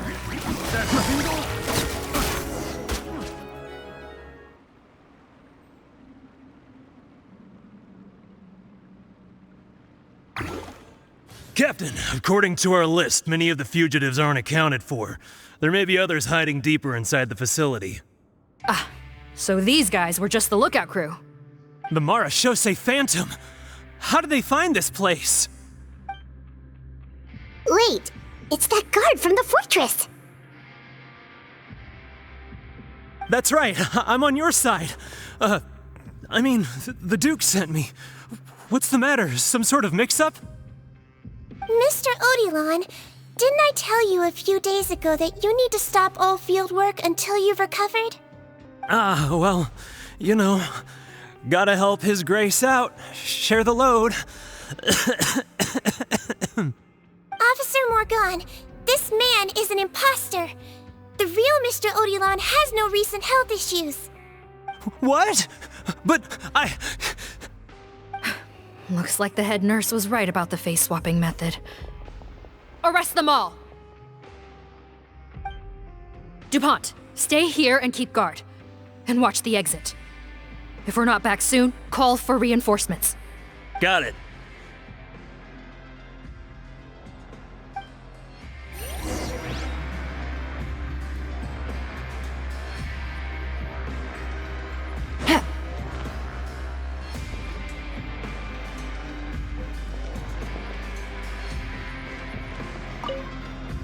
Don't worry, I got this covered.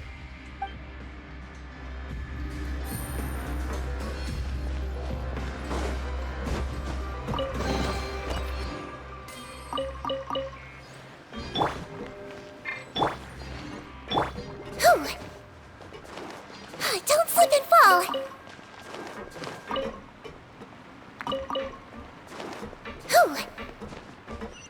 Don't slip and fall.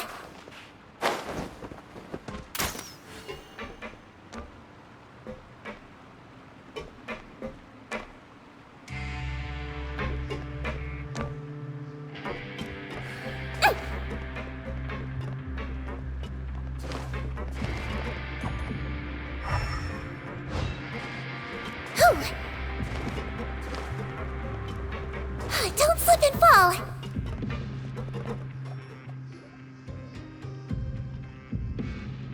So many jars. Was this some sort of production facility? This scent, it's probably the ingredients used to make butterfly dew.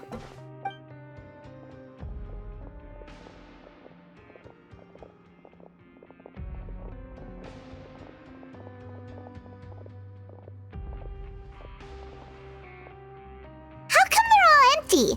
Did it sell so well that he ran out of supplies?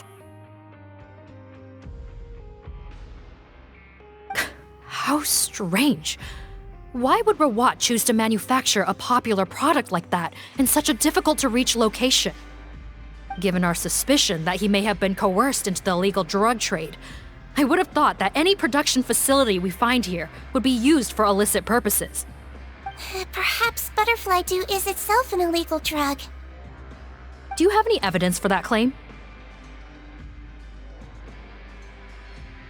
No, just a guess. We need to find Rawat as soon as possible. He has all the answers we need. Understood. Well, let's not linger here. Let's go. Come on.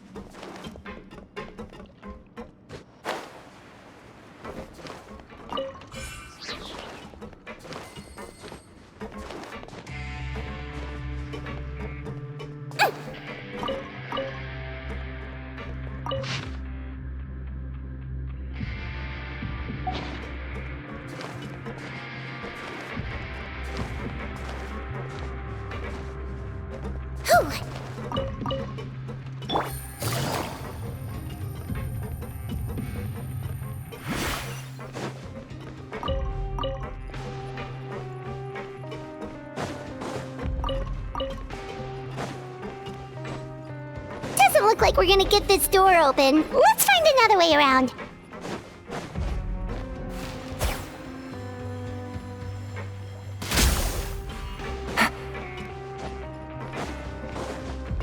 Yeah.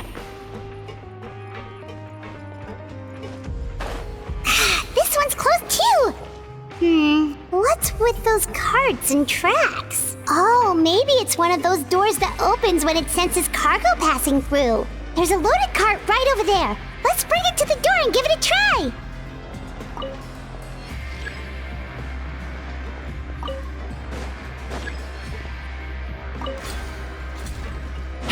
Take it easy.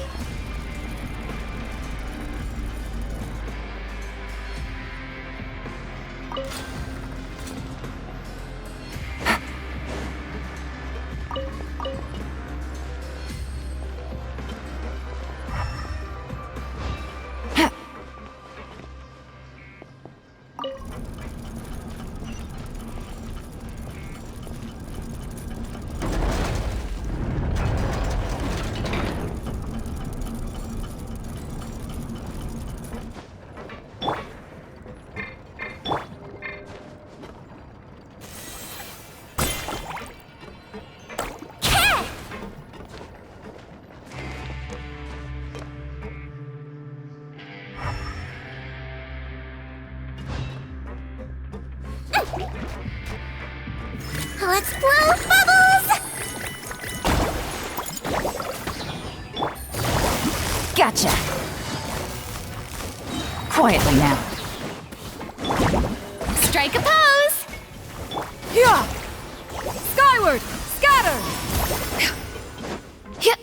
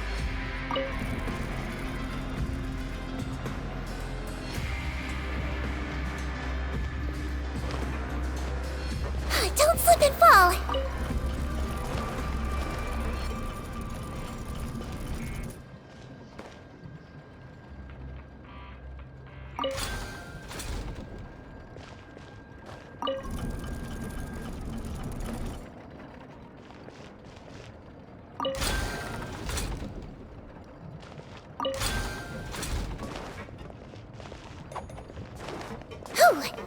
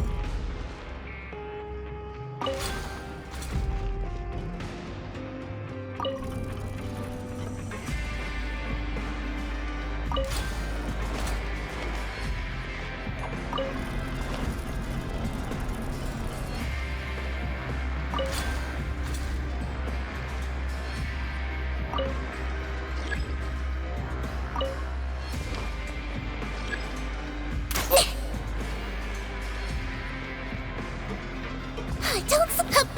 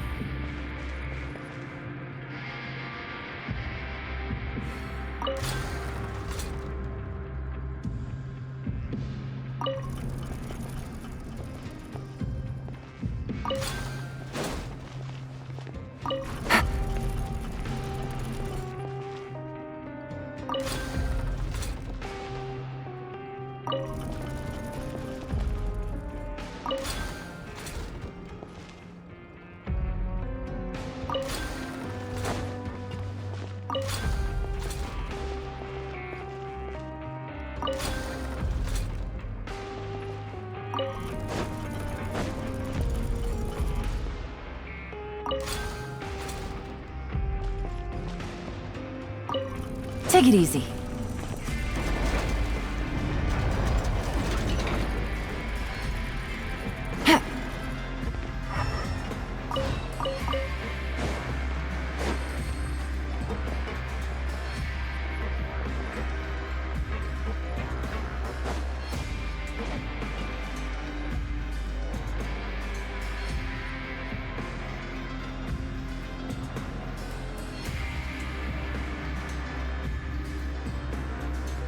This room's much smaller than the others. Judging by the implements on the table, this looks like a potion-making lab. Head nurse! Over here!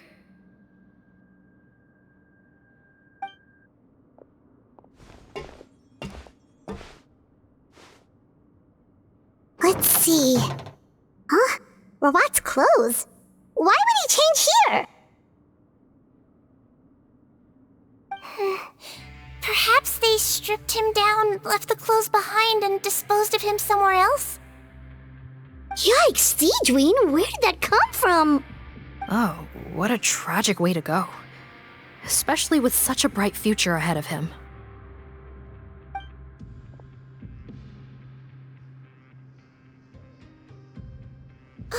There's a path leading further on, Officer Morgan. Let's keep up the pace.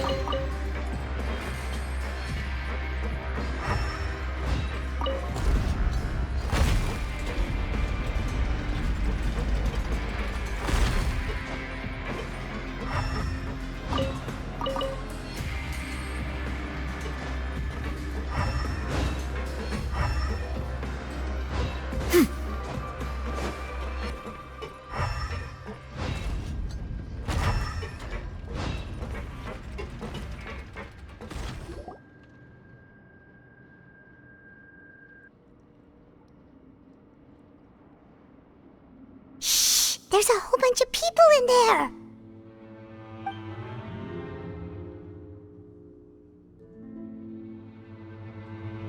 Are you serious? You're telling us that within a day, our faces are going to rot like yours? Fontanian physiology changed dramatically after that great flood, and it's not as compatible with this face-changing solution as before. The side effects are as you can see. Why didn't you say anything before we all used it? Look, my plan got you all out of prison, didn't it? You'd have much bigger problems to worry about right now if the Marshal Say Phantom found out about your other crimes. Consider an ugly mug getting off lightly. Ugh. You're just lucky we didn't leave you in there after you disappeared on us with no warning. We only let it slide because we're former partners. And now you have the gall to pull a stunt like this? Partners? Make no mistake, each of us is only looking out for himself. If you place too much trust in others, well, I'm afraid that's your problem. You hid things from me too. Remember how you each had a spare potion? You kept quiet about it until we planned the prison break? Oh, and you didn't have a secret spare? Then do you want to explain how you melted your face off before all this? Guys, that's enough. Calm down. It is what it is. Arguing won't change anything. What's the plan, Parton?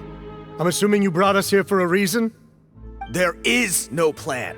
We followed him here on the promise of more juice, but it turns out there ain't a drop here. Besides, what does it matter now anyway? He already said, even if we did get our hands on more of that stuff, switching faces again solves nothing. They're still gonna melt off eventually. I said enough arguing! Parton, tell us the plan. The most practical solution is to continue using the potion. Keep switching to a new face before the ulcers can start forming. Are you kidding me? This stuff was hard enough to get a hold of even when we had a supply. Now you're asking us to use it like skin lotion after the flood all but wiped the supply out? Well, there is another option. But you'll have to make a deal with me first. Okay, now we're talking. What's the deal? I have a document I took from that researcher that details how to make a replacement. Just give me one bottle of the undiluted fluid, and I'll get to work. What's the problem? I thought you always kept reserves. Or do you really just have one spare bottle each? What do you think? That we were shipping them into the fortress of Meripede by the basket load? Well then, say hello to never showing your marred faces in public again. Ugh, I've heard enough! Get him! Let's see if that document even exists! Freeze! Marshal Say Phantom! What? Who let them in? Officer Morgan, before anything else, please find out Rawat's status. Rawat? I don't see him. Hand over the hostage now, if you want any chance of avoiding an extension to your sentences. Spare us your condescending attempts to coax us back to our cells.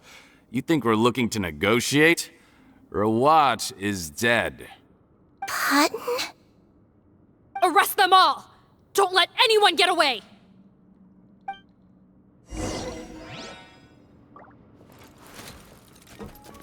Here! Scatter! Skyward! Seize the skies! Shower me with praise! Let my name... Ugh! Game's up. Fun's over. Gotcha! Hold the line! Billowing surge!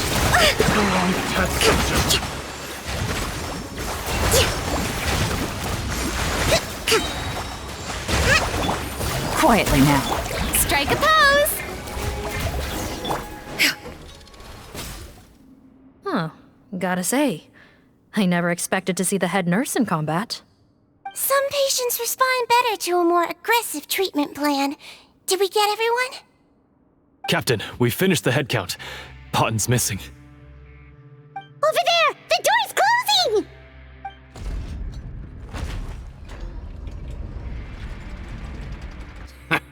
One group trying to arrest me, another trying to hunt me down. Good. I gotta kill two birds with one stone. How did he get up there? There must be a secret passage somewhere. Find it! Don't waste your energy. I already sealed it off. How naive. We have more people outside. If we're not back out by the agreed time, they'll come to our rescue. Well then, you'd better hope they get here in time.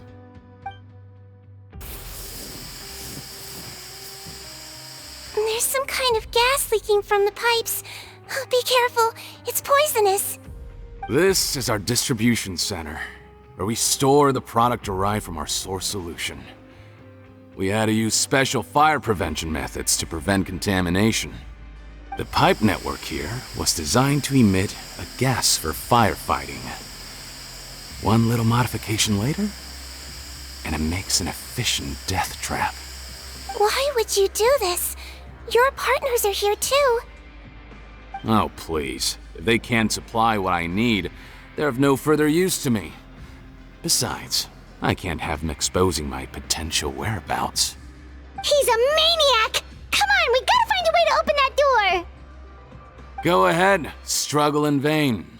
Once the last of you croaks, no one will ever find me again. So long! Are you sure you're ready to leave, Potton? You haven't changed your dressing today. You can't cure my face, just give up. And what if I could? Nice try. You're just trying to stall me. Don't you worry about me. I'll find a way to cure my face once I get out of here. Oh, I doubt it. After all, Fontanians can no longer dissolve in primordial seawater. What the... How did you...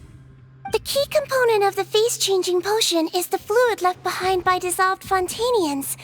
It might look like ordinary water, but it has some unique elements in it. Before the flood, all Fontanians were oceanids, physiologically speaking.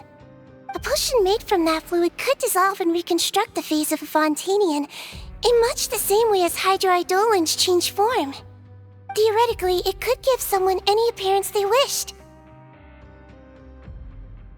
But since the flood, Fontanians have become true humans. They can no longer provide the source material for this potion, nor reap its benefits.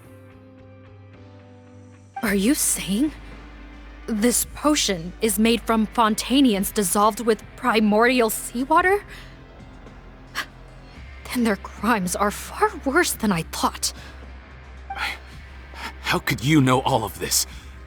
No, wait. Of course! Well. So that's why you have a human appearance.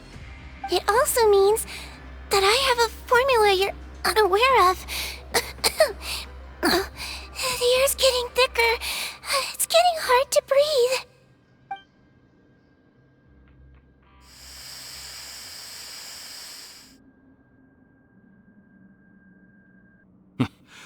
I might get to make a deal today after all. Alright, keep talking. How do you intend to give me the formula? Oh, it's not a formula, but a finished product. I have a bottle of it right here. What? When I tried Rawat's skincare product, I noticed it had a certain special component in it. So I had my friends gather some other ingredients for me, and sure enough, a little experimenting later, I'd produced the potion. I'm guessing his skincare lotion contains the fruits of your joint research? Huh. Impressive guesswork. Yeah, we were a supplier for some of the raw ingredients. But it only contains a tiny amount of the active ingredient. The effect is minuscule compared to the undiluted fluid. Well, I found a way to reverse the dilution process, giving the skincare lotion a similar effect to the fluid it is derived from. That's impossible. If I tell you some of the ingredients, I think you can figure it out. First, you need to combine tainted hydrophantasm tissue with transoceanic pearls at a ratio of around 3 to 7. Tainted hydrophantasms and transoceanic pearls. I see. Can't believe I never thought of that. So, can we make a deal? Sounds good to me. There's a delivery pipeline beneath this window. Drop the potion in, and I'll release you all. Nope, not trusting you that easily. You're like those naughty kids who try to hide their illness. Open the sluice gate first, then I'll hand you the potion. Even if you're not bluffing, your potion won't cure my face permanently. You really think you have any leverage here? I'm not closing the valve this time. Clock's ticking. Fine, then I'll just stand here with the potion in my hand. And when I faint from the poison, I'll drop it and it'll be destroyed. No.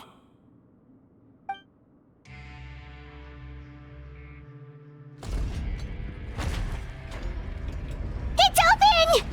Disable that sluice gate! Jam it! Don't let it close again! That's more like it. In that case, a promise is a promise. Head nurse, there's too much poison gas in here. We have to leave, now!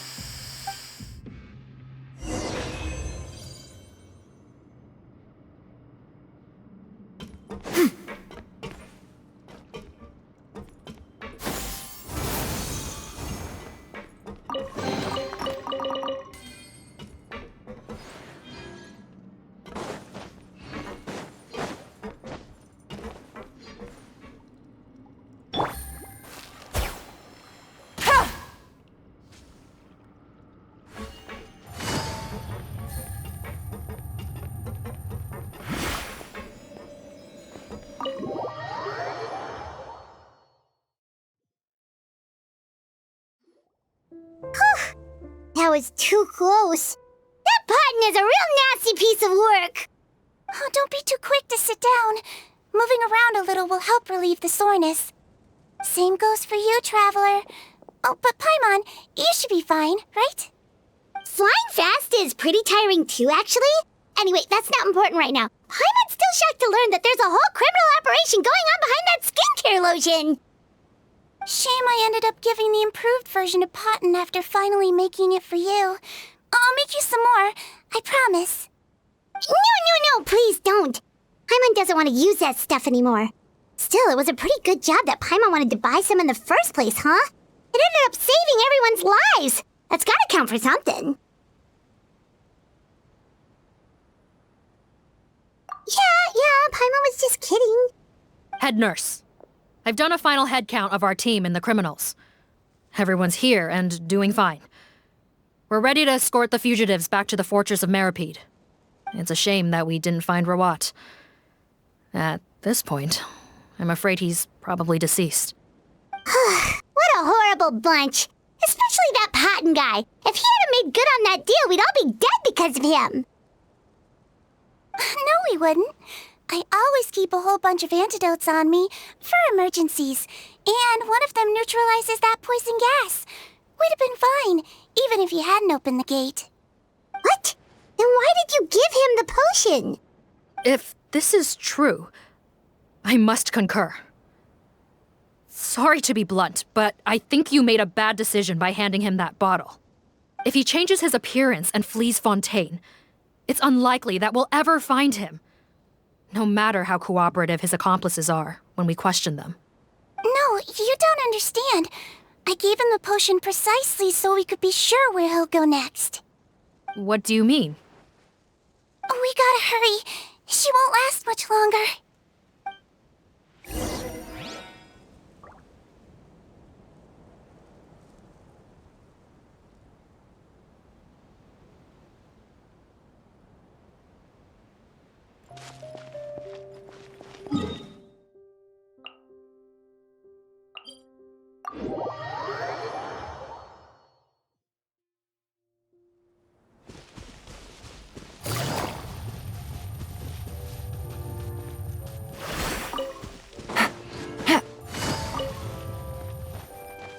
Yeah! Skyward! Scatter!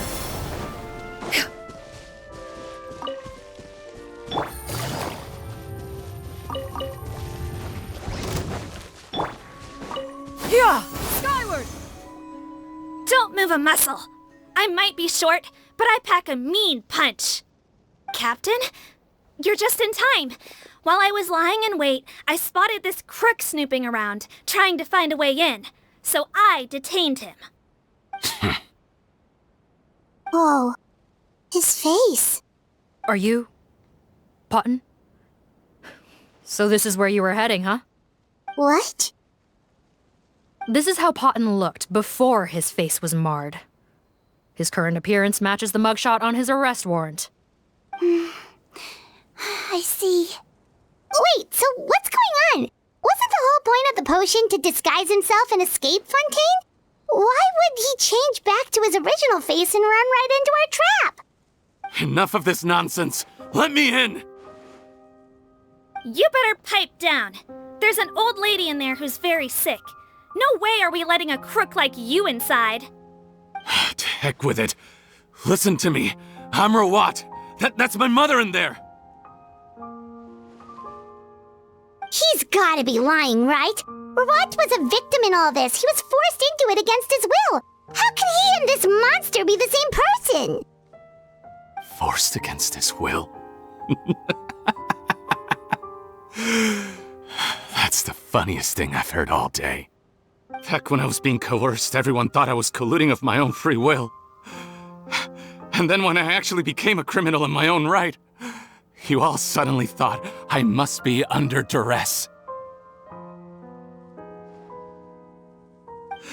Amazing what a difference a handsome face makes.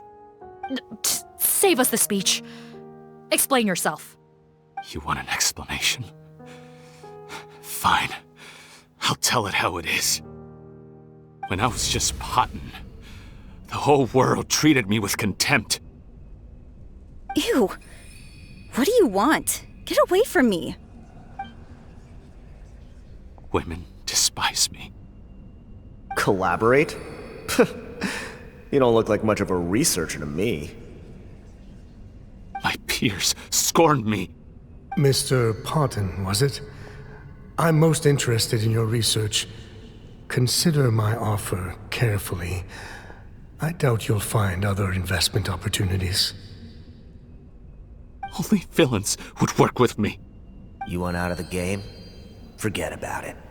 Turns out, I slipped up a little. Left your picture with some Marechaussee Phantom officers. Easy mistake to make. Now they've listed you as an accomplice and drawn up an arrest warrant. So I suggest you put any thoughts of running away to rest. If you get caught by the guards for being in the synth business, you ain't ever seeing the light of day again. There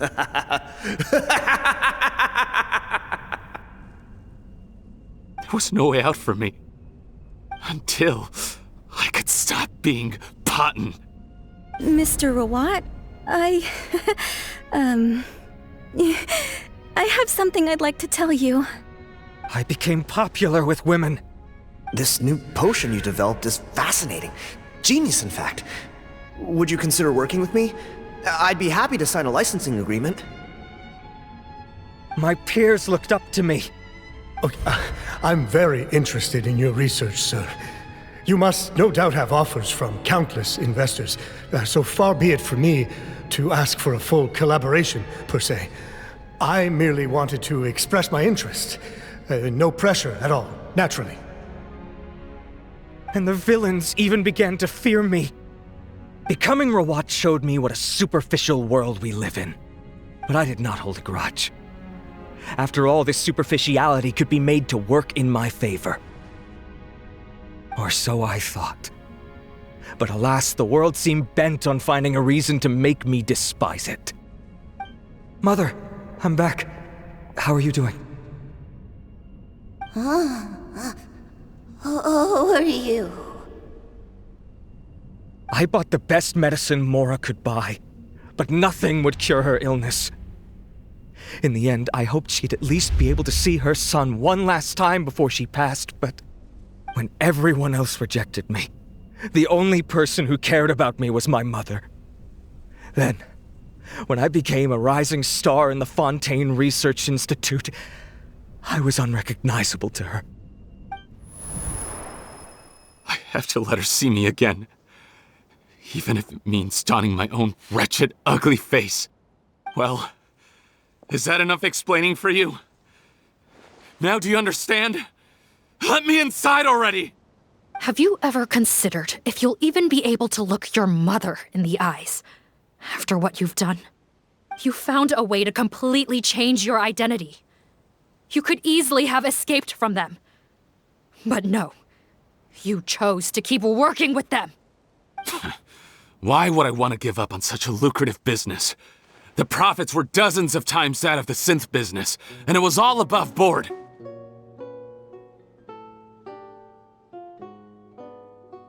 So you kept being a villain just for the money? Villain? By what standard? Is doing evil deeds really what makes someone a villain in your eyes? Or does it all come down to the way they look? None of you saw a villain when I was wearing my other face, did you? You have no right to judge me! You're all just fake people living in a hypocritical world! I regret nothing! My mother would understand! You're a villain to the core! But especially that tongue! Honestly, I don't see a villain when I look at your current face either. Don't humor me. You don't seem surprised by my confession in the least. How long have you known the truth? I didn't know anything for sure until you chose to take that potion bottle and spare our lives. But if you're asking when I started suspecting you, it was the first time you came to see me at the infirmary. I had to confirm my suspicions. That's why I chose to join this investigation. Are you kidding me? A young, promising researcher and a wretched criminal? What on earth gave you the idea that they could be one and the same person? Well, there were no visual clues. This potion's face-changing effects are very powerful. Even as a Melazine, I couldn't see through the disguise. But I believe I understand humanity a little better than most of my kind. Humans have certain fundamental qualities that do not change with their appearance. Fundamental qualities, huh? So you think you're the one who's seen through me, do you? Most people probably don't know this, but I think I can guess what your deal is. Melazine constitutions are very close to that of water, so it stands to reason that the potion should work on them too. You use it yourself, didn't you? That's why you have a human appearance. Sigewinne? Yes, you're right.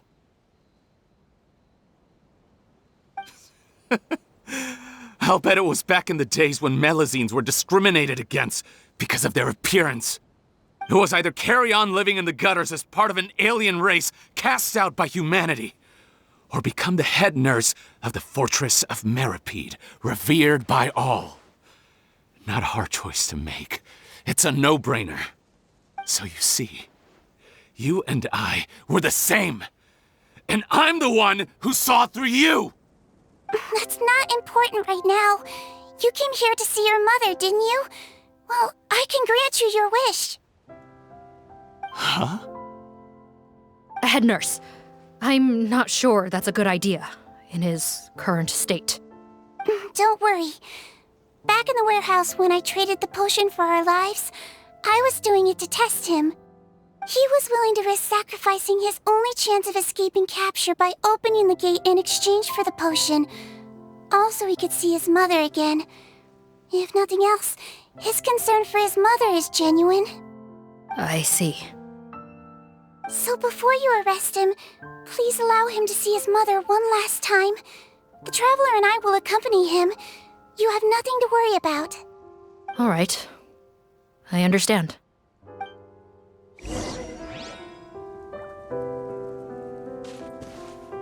I don't trust this guy much. Be careful. Join the head nurse inside. If he tries anything at all, shout.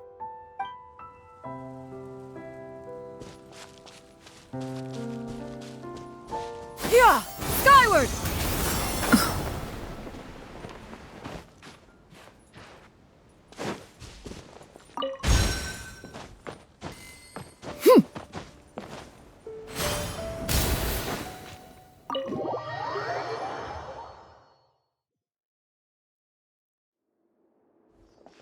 Mom? It's me, Potton, your son. You recognize me now, don't you? Mom, what's wrong? I'm sorry, but I have some bad news. I examined your mother last time we were here, and it appears that due to her prolonged fever, she's lost her eyesight. What? Your appearance no longer has any bearing on her ability to recognize you. But there are always other ways to remind our loved ones who we are, wouldn't you say? No, it can't be. Please, Mom, open your eyes. It's me, your son, Potton. If you really can't see my face, then here, take my hand. Tell me you feel your son's hand. I've done so much to get to this point. Please, you have to recognize me. No. The temperature of his palm must have changed. I'm sorry. It seems I couldn't bring him back to you after all.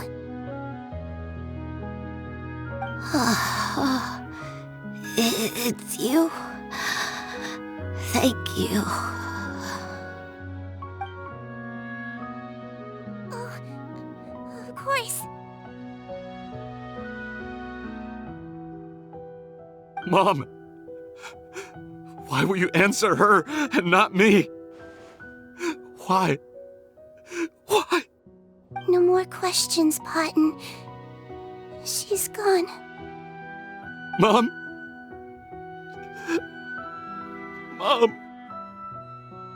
I'm sorry to say this, Potton, but you and I are not the same.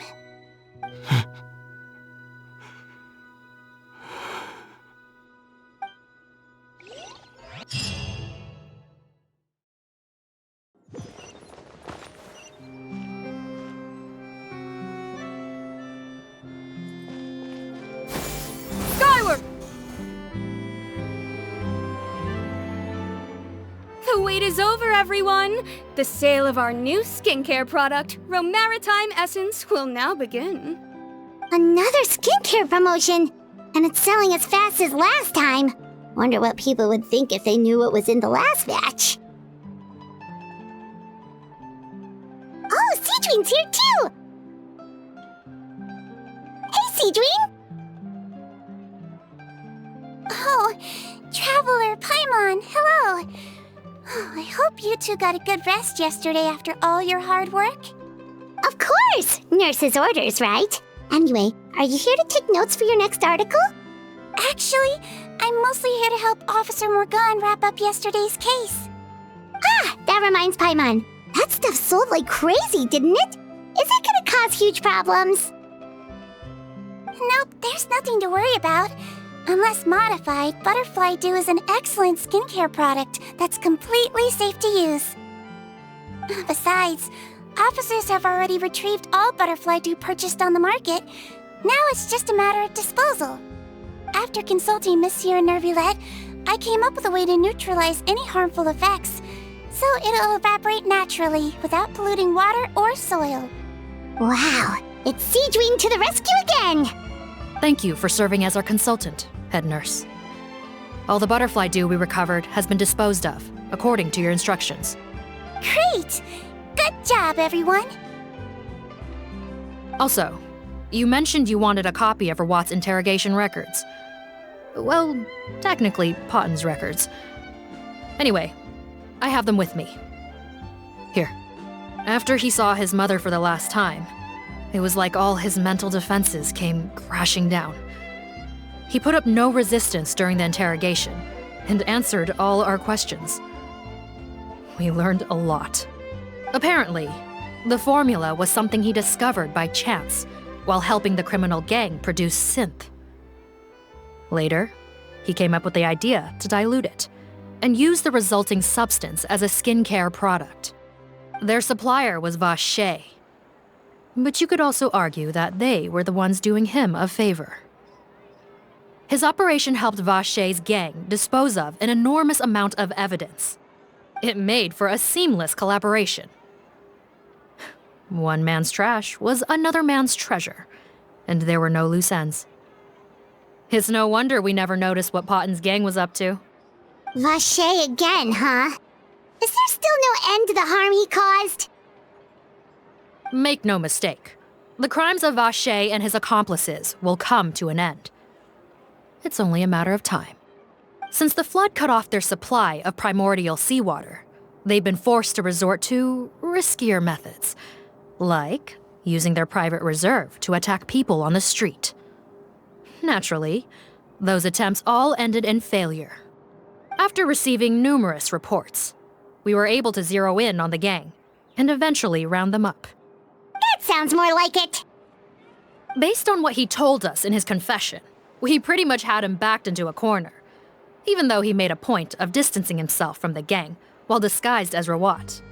He tried to throw us off his tail by reporting his accomplices, giving him enough time to transform back into Potten and see his mother one last time. But there was one thing he hadn't anticipated. Even though Potten had been missing for a long time, we were very much still on the lookout for him. So the moment he appeared in public after changing back to his original appearance, we caught him. So he tried this once before, huh? Guess he really did want his mother to see him again. But in the end...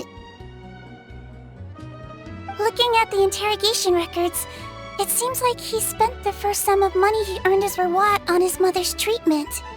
Yes, which is why I suspect that his initial motive for using the potion was not personal greed, but a desire to become somebody who had the power to save her. Even so, he went too far. In the end, he got what he deserved. I understand.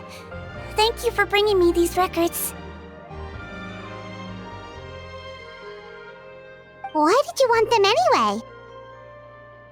Potten was one of my patients, so I need to put together a medical file for him. My teacher always stressed that a person's life experiences are just as important to their file as their medical history. Why are you still treating him like your patient? Isn't he kind of beyond redemption now? That may be true, but a patient is a patient, regardless of the choices that bring them to my care. One last thing, head nurse. Please keep everything you know about this potion a secret. It would be for the best if most of Fontaine knows nothing of its existence. I know my fellow officers and I will be able to sleep easier if that's the case. Of course, not to worry. Thank you for understanding. I'll take my leave then. So, sigewinne, did you really use that potion yourself? Why do you sound so surprised, Paimon? I told you all about it. It was quite a while ago now. You mean that story about the witch and the potion? So it was really, actually, genuinely a true story? Yes, it really, actually, genuinely was. But...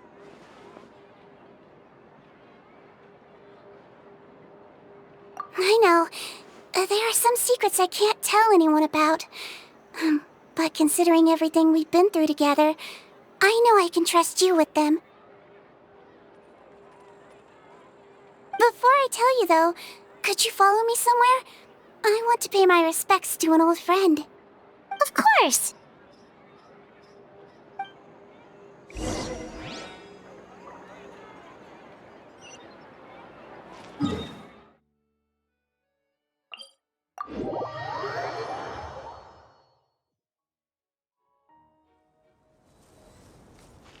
Yeah!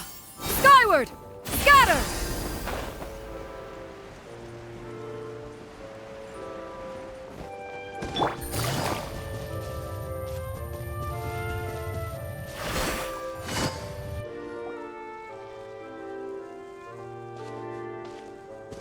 Oh, Nervalette and Risley, they're here too! Good to see you, traveler. Paimon. I trust all has been going well for you? Big news, everyone. The Udex is out of his office on important business. Is that genuinely something people would consider big news? Why wouldn't they? Important business is a big deal. Ah, yes, you're quite right. When someone you care about requires emotional support, being there for them at the right time and place is of the utmost importance. After reading the Maréchal Phantom's reports, I had a feeling a trip here might be in order. Take note. That, my friends, is how Monsieur Neuvillette shows that he cares.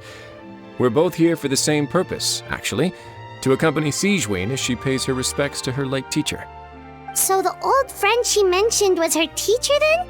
The witch?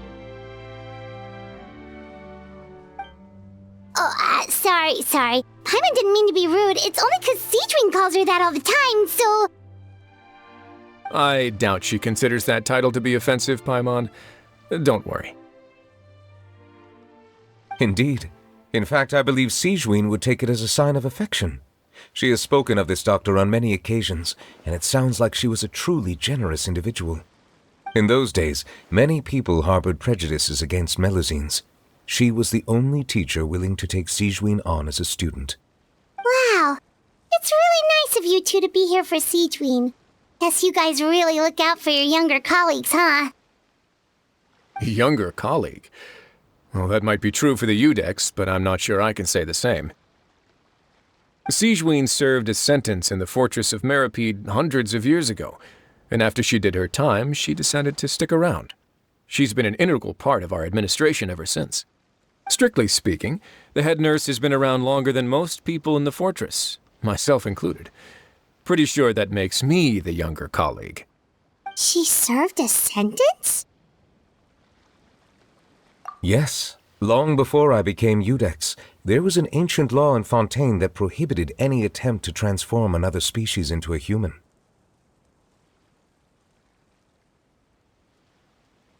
Initially, I and most researchers believed this law to have been imposed due to ethical concerns. But now, it seems more likely that the law was nothing more than an insurance policy, a way for Egeria to ensure that her people would remain insulated from the truth, thus enabling them to lead more straightforward, happier lives. Ignorance is bliss, as they say. Sigewinne had her reasons for choosing to obtain a human form, but the act was nonetheless in clear violation of the law. Could you tell us a little bit more about what happened back then? Certainly. Sigewinne does not object to her close friends learning about her history. In fact, I first learned of it myself because she confessed the truth to me of her own volition.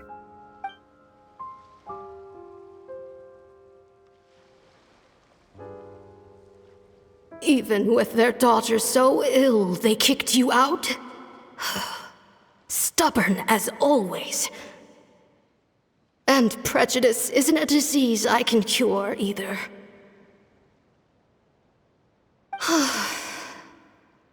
Shame that I don't have the energy to get over there.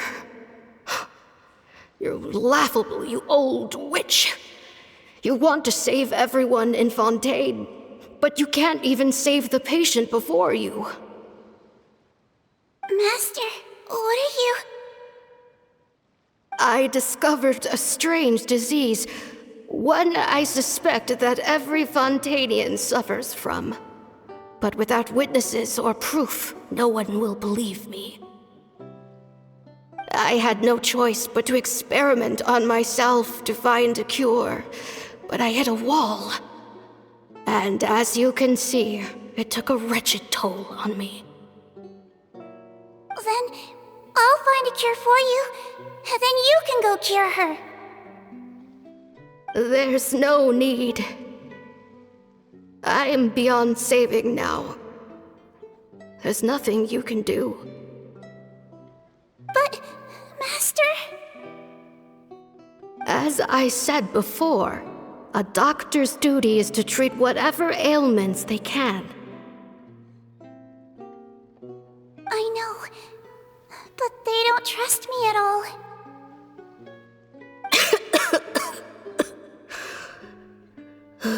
That girl. She's your first ever patient, isn't she? Tell me, what cost are you willing to bear to see her cured? I'll do whatever it takes. even if it means breaking the law and being punished for it. As long as I don't hurt anyone. Yes.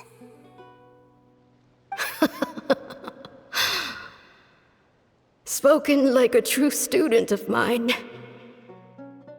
Then I shall make one more final gamble and see my experiment through to its end.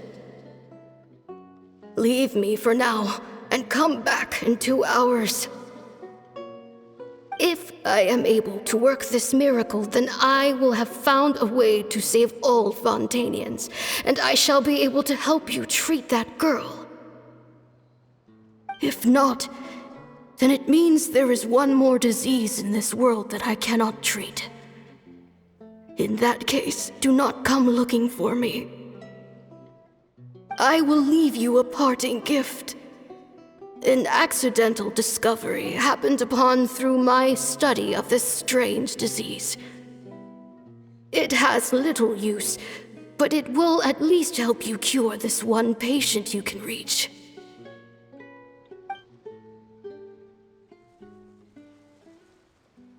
When sigewinne returned, the miracle had not occurred. She found a potion bottle and a note on the table. After using the potion as instructed, she gained her current form, breaking Fontaine's law in the process. And after I had confirmed the veracity of the events, I gave my verdict. So that's what happened.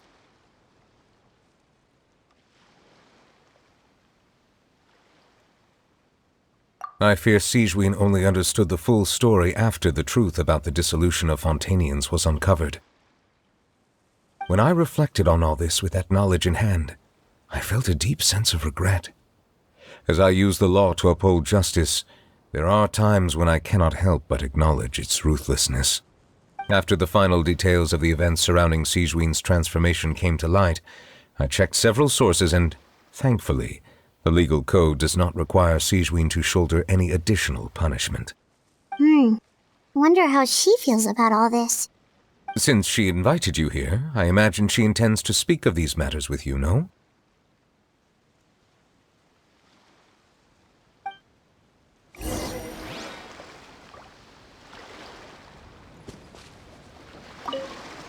On behalf of the Maréchaussée Phantom, I would like to once again thank the Fortress of Meripede for your assistance in the response to yesterday's prison break.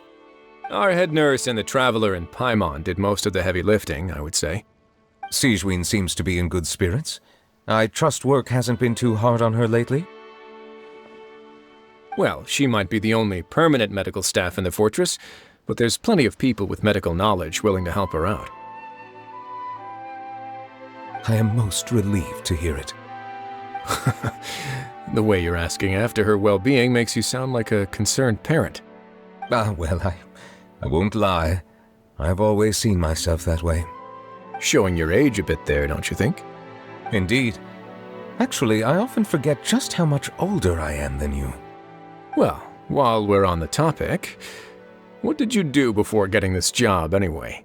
Spend all day swimming in the sea from east to west and then north to south? Yes, and from the surface to the ocean floor on occasion. Wow. Impressive. Apologies, that was merely an attempt at humor. You can disregard what I said. That's impossible, I'm afraid. My imagination's already running wild.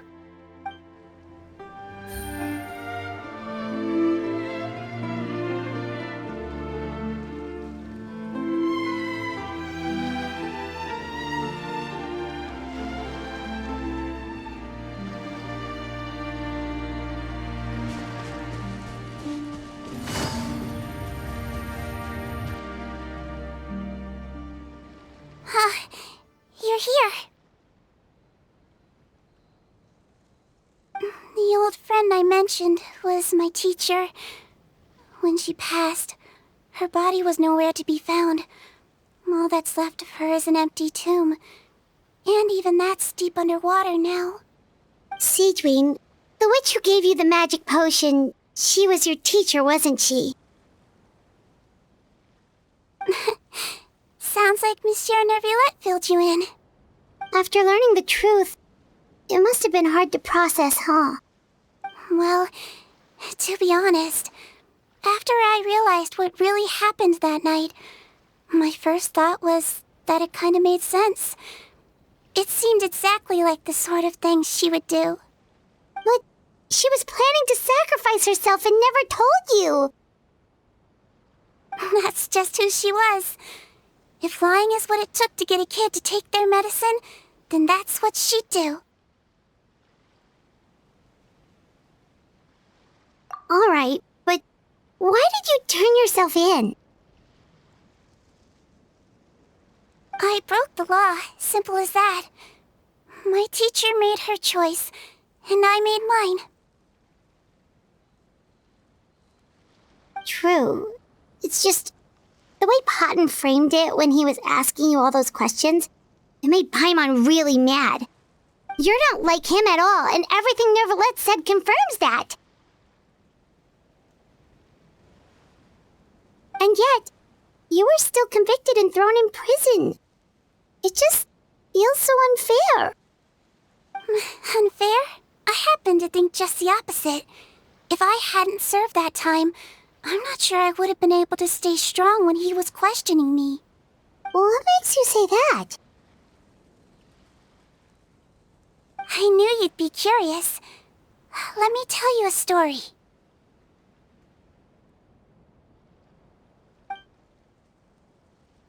The verdict came down.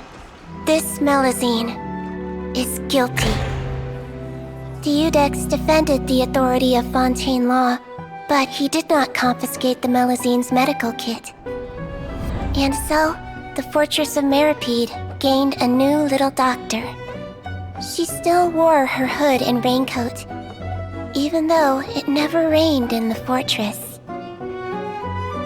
Perhaps thanks to her human appearance, no one refused her treatment. She treated more and more patients, and her sentence grew ever shorter.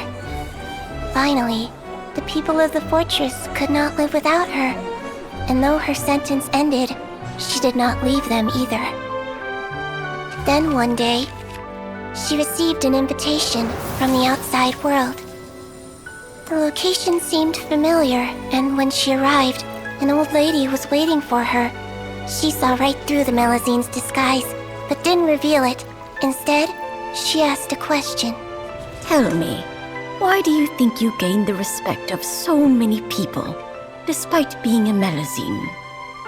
Because I look like a human? It's been 50 years, sigewinne, and you haven't aged a day. I think everyone knows you are not human. I finally found you, after all these years. I still remember, you know. It was you who saved me that night. But how? I was no longer a Melazine by then. Does it really matter if you're human or Melazine? I remembered the warmth of your palm. It's quite unmistakable. And you know what? It hasn't changed one bit. You don't have to hide anymore, sigewinne. These days, everyone wants to make friends with Melazines. And I think that it's all because of you. I'm sorry I couldn't say this until now, but thank you, Dr. Melazine. Now that's an ending Paimon can get behind. After hearing everything Potton said, I wanted to tell him that it didn't matter who he looked like on the outside. But it was too late. The warmth in his palm had already disappeared. I tried to treat him, but the roots of his problem had nothing to do with his face.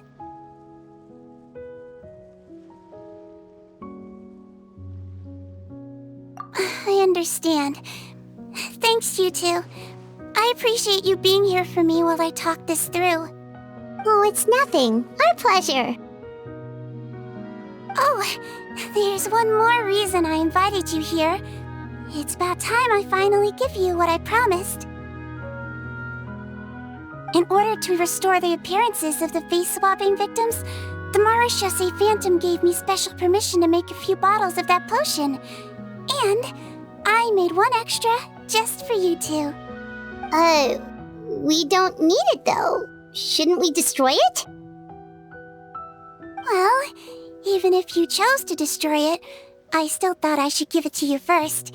You two did so much for me. How could I break my promise? Well, fair enough, but anyway, Paimon's definitely not interested in this stuff anymore.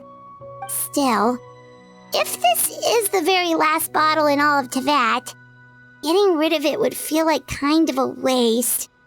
Maybe we can give it a special meaning somehow. Oh, Paimon's got it! Melusine physiology wasn't affected by the Great Flood, right? So that means the potion should have a permanent effect on you. In that case, what do you say, sigewinne? Ever thought about transforming back to the way you used to look? After all, from a Melusine point of view, Paimon bets Melusines look the cutest of all. Paimon, after everything, do you really think it matters whether I'm Melusine or a human? Well, what was Paimon thinking? You made up your mind a long time ago. Yeah, let's just destroy this thing. Leave it to me.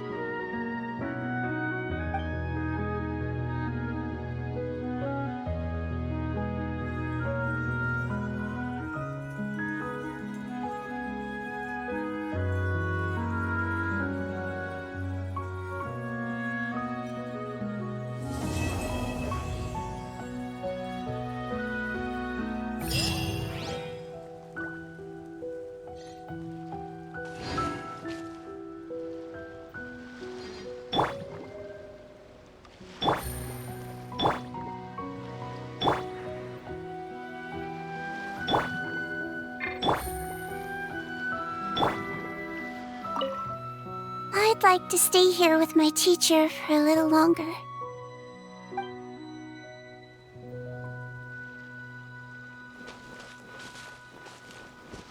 Shower me with praise!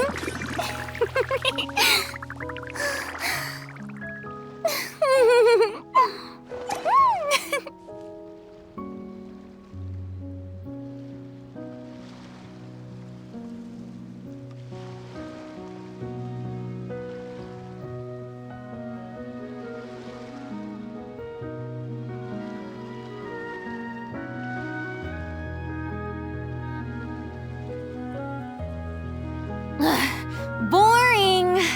Isn't there anything else more interesting to do?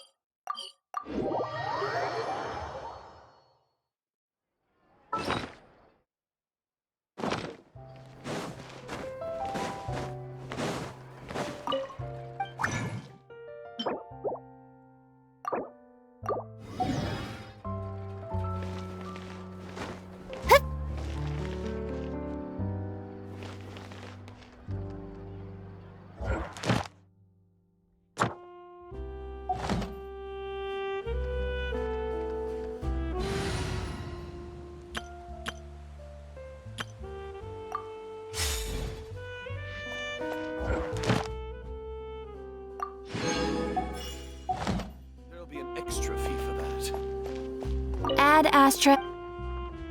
Thank you for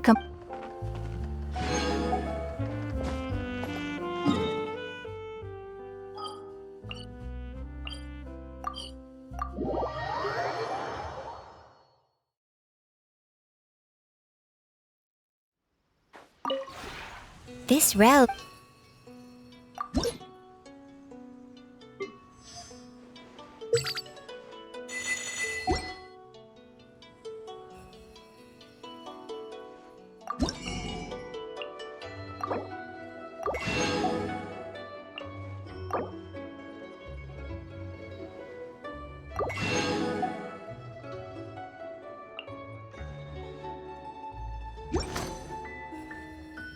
If you ever...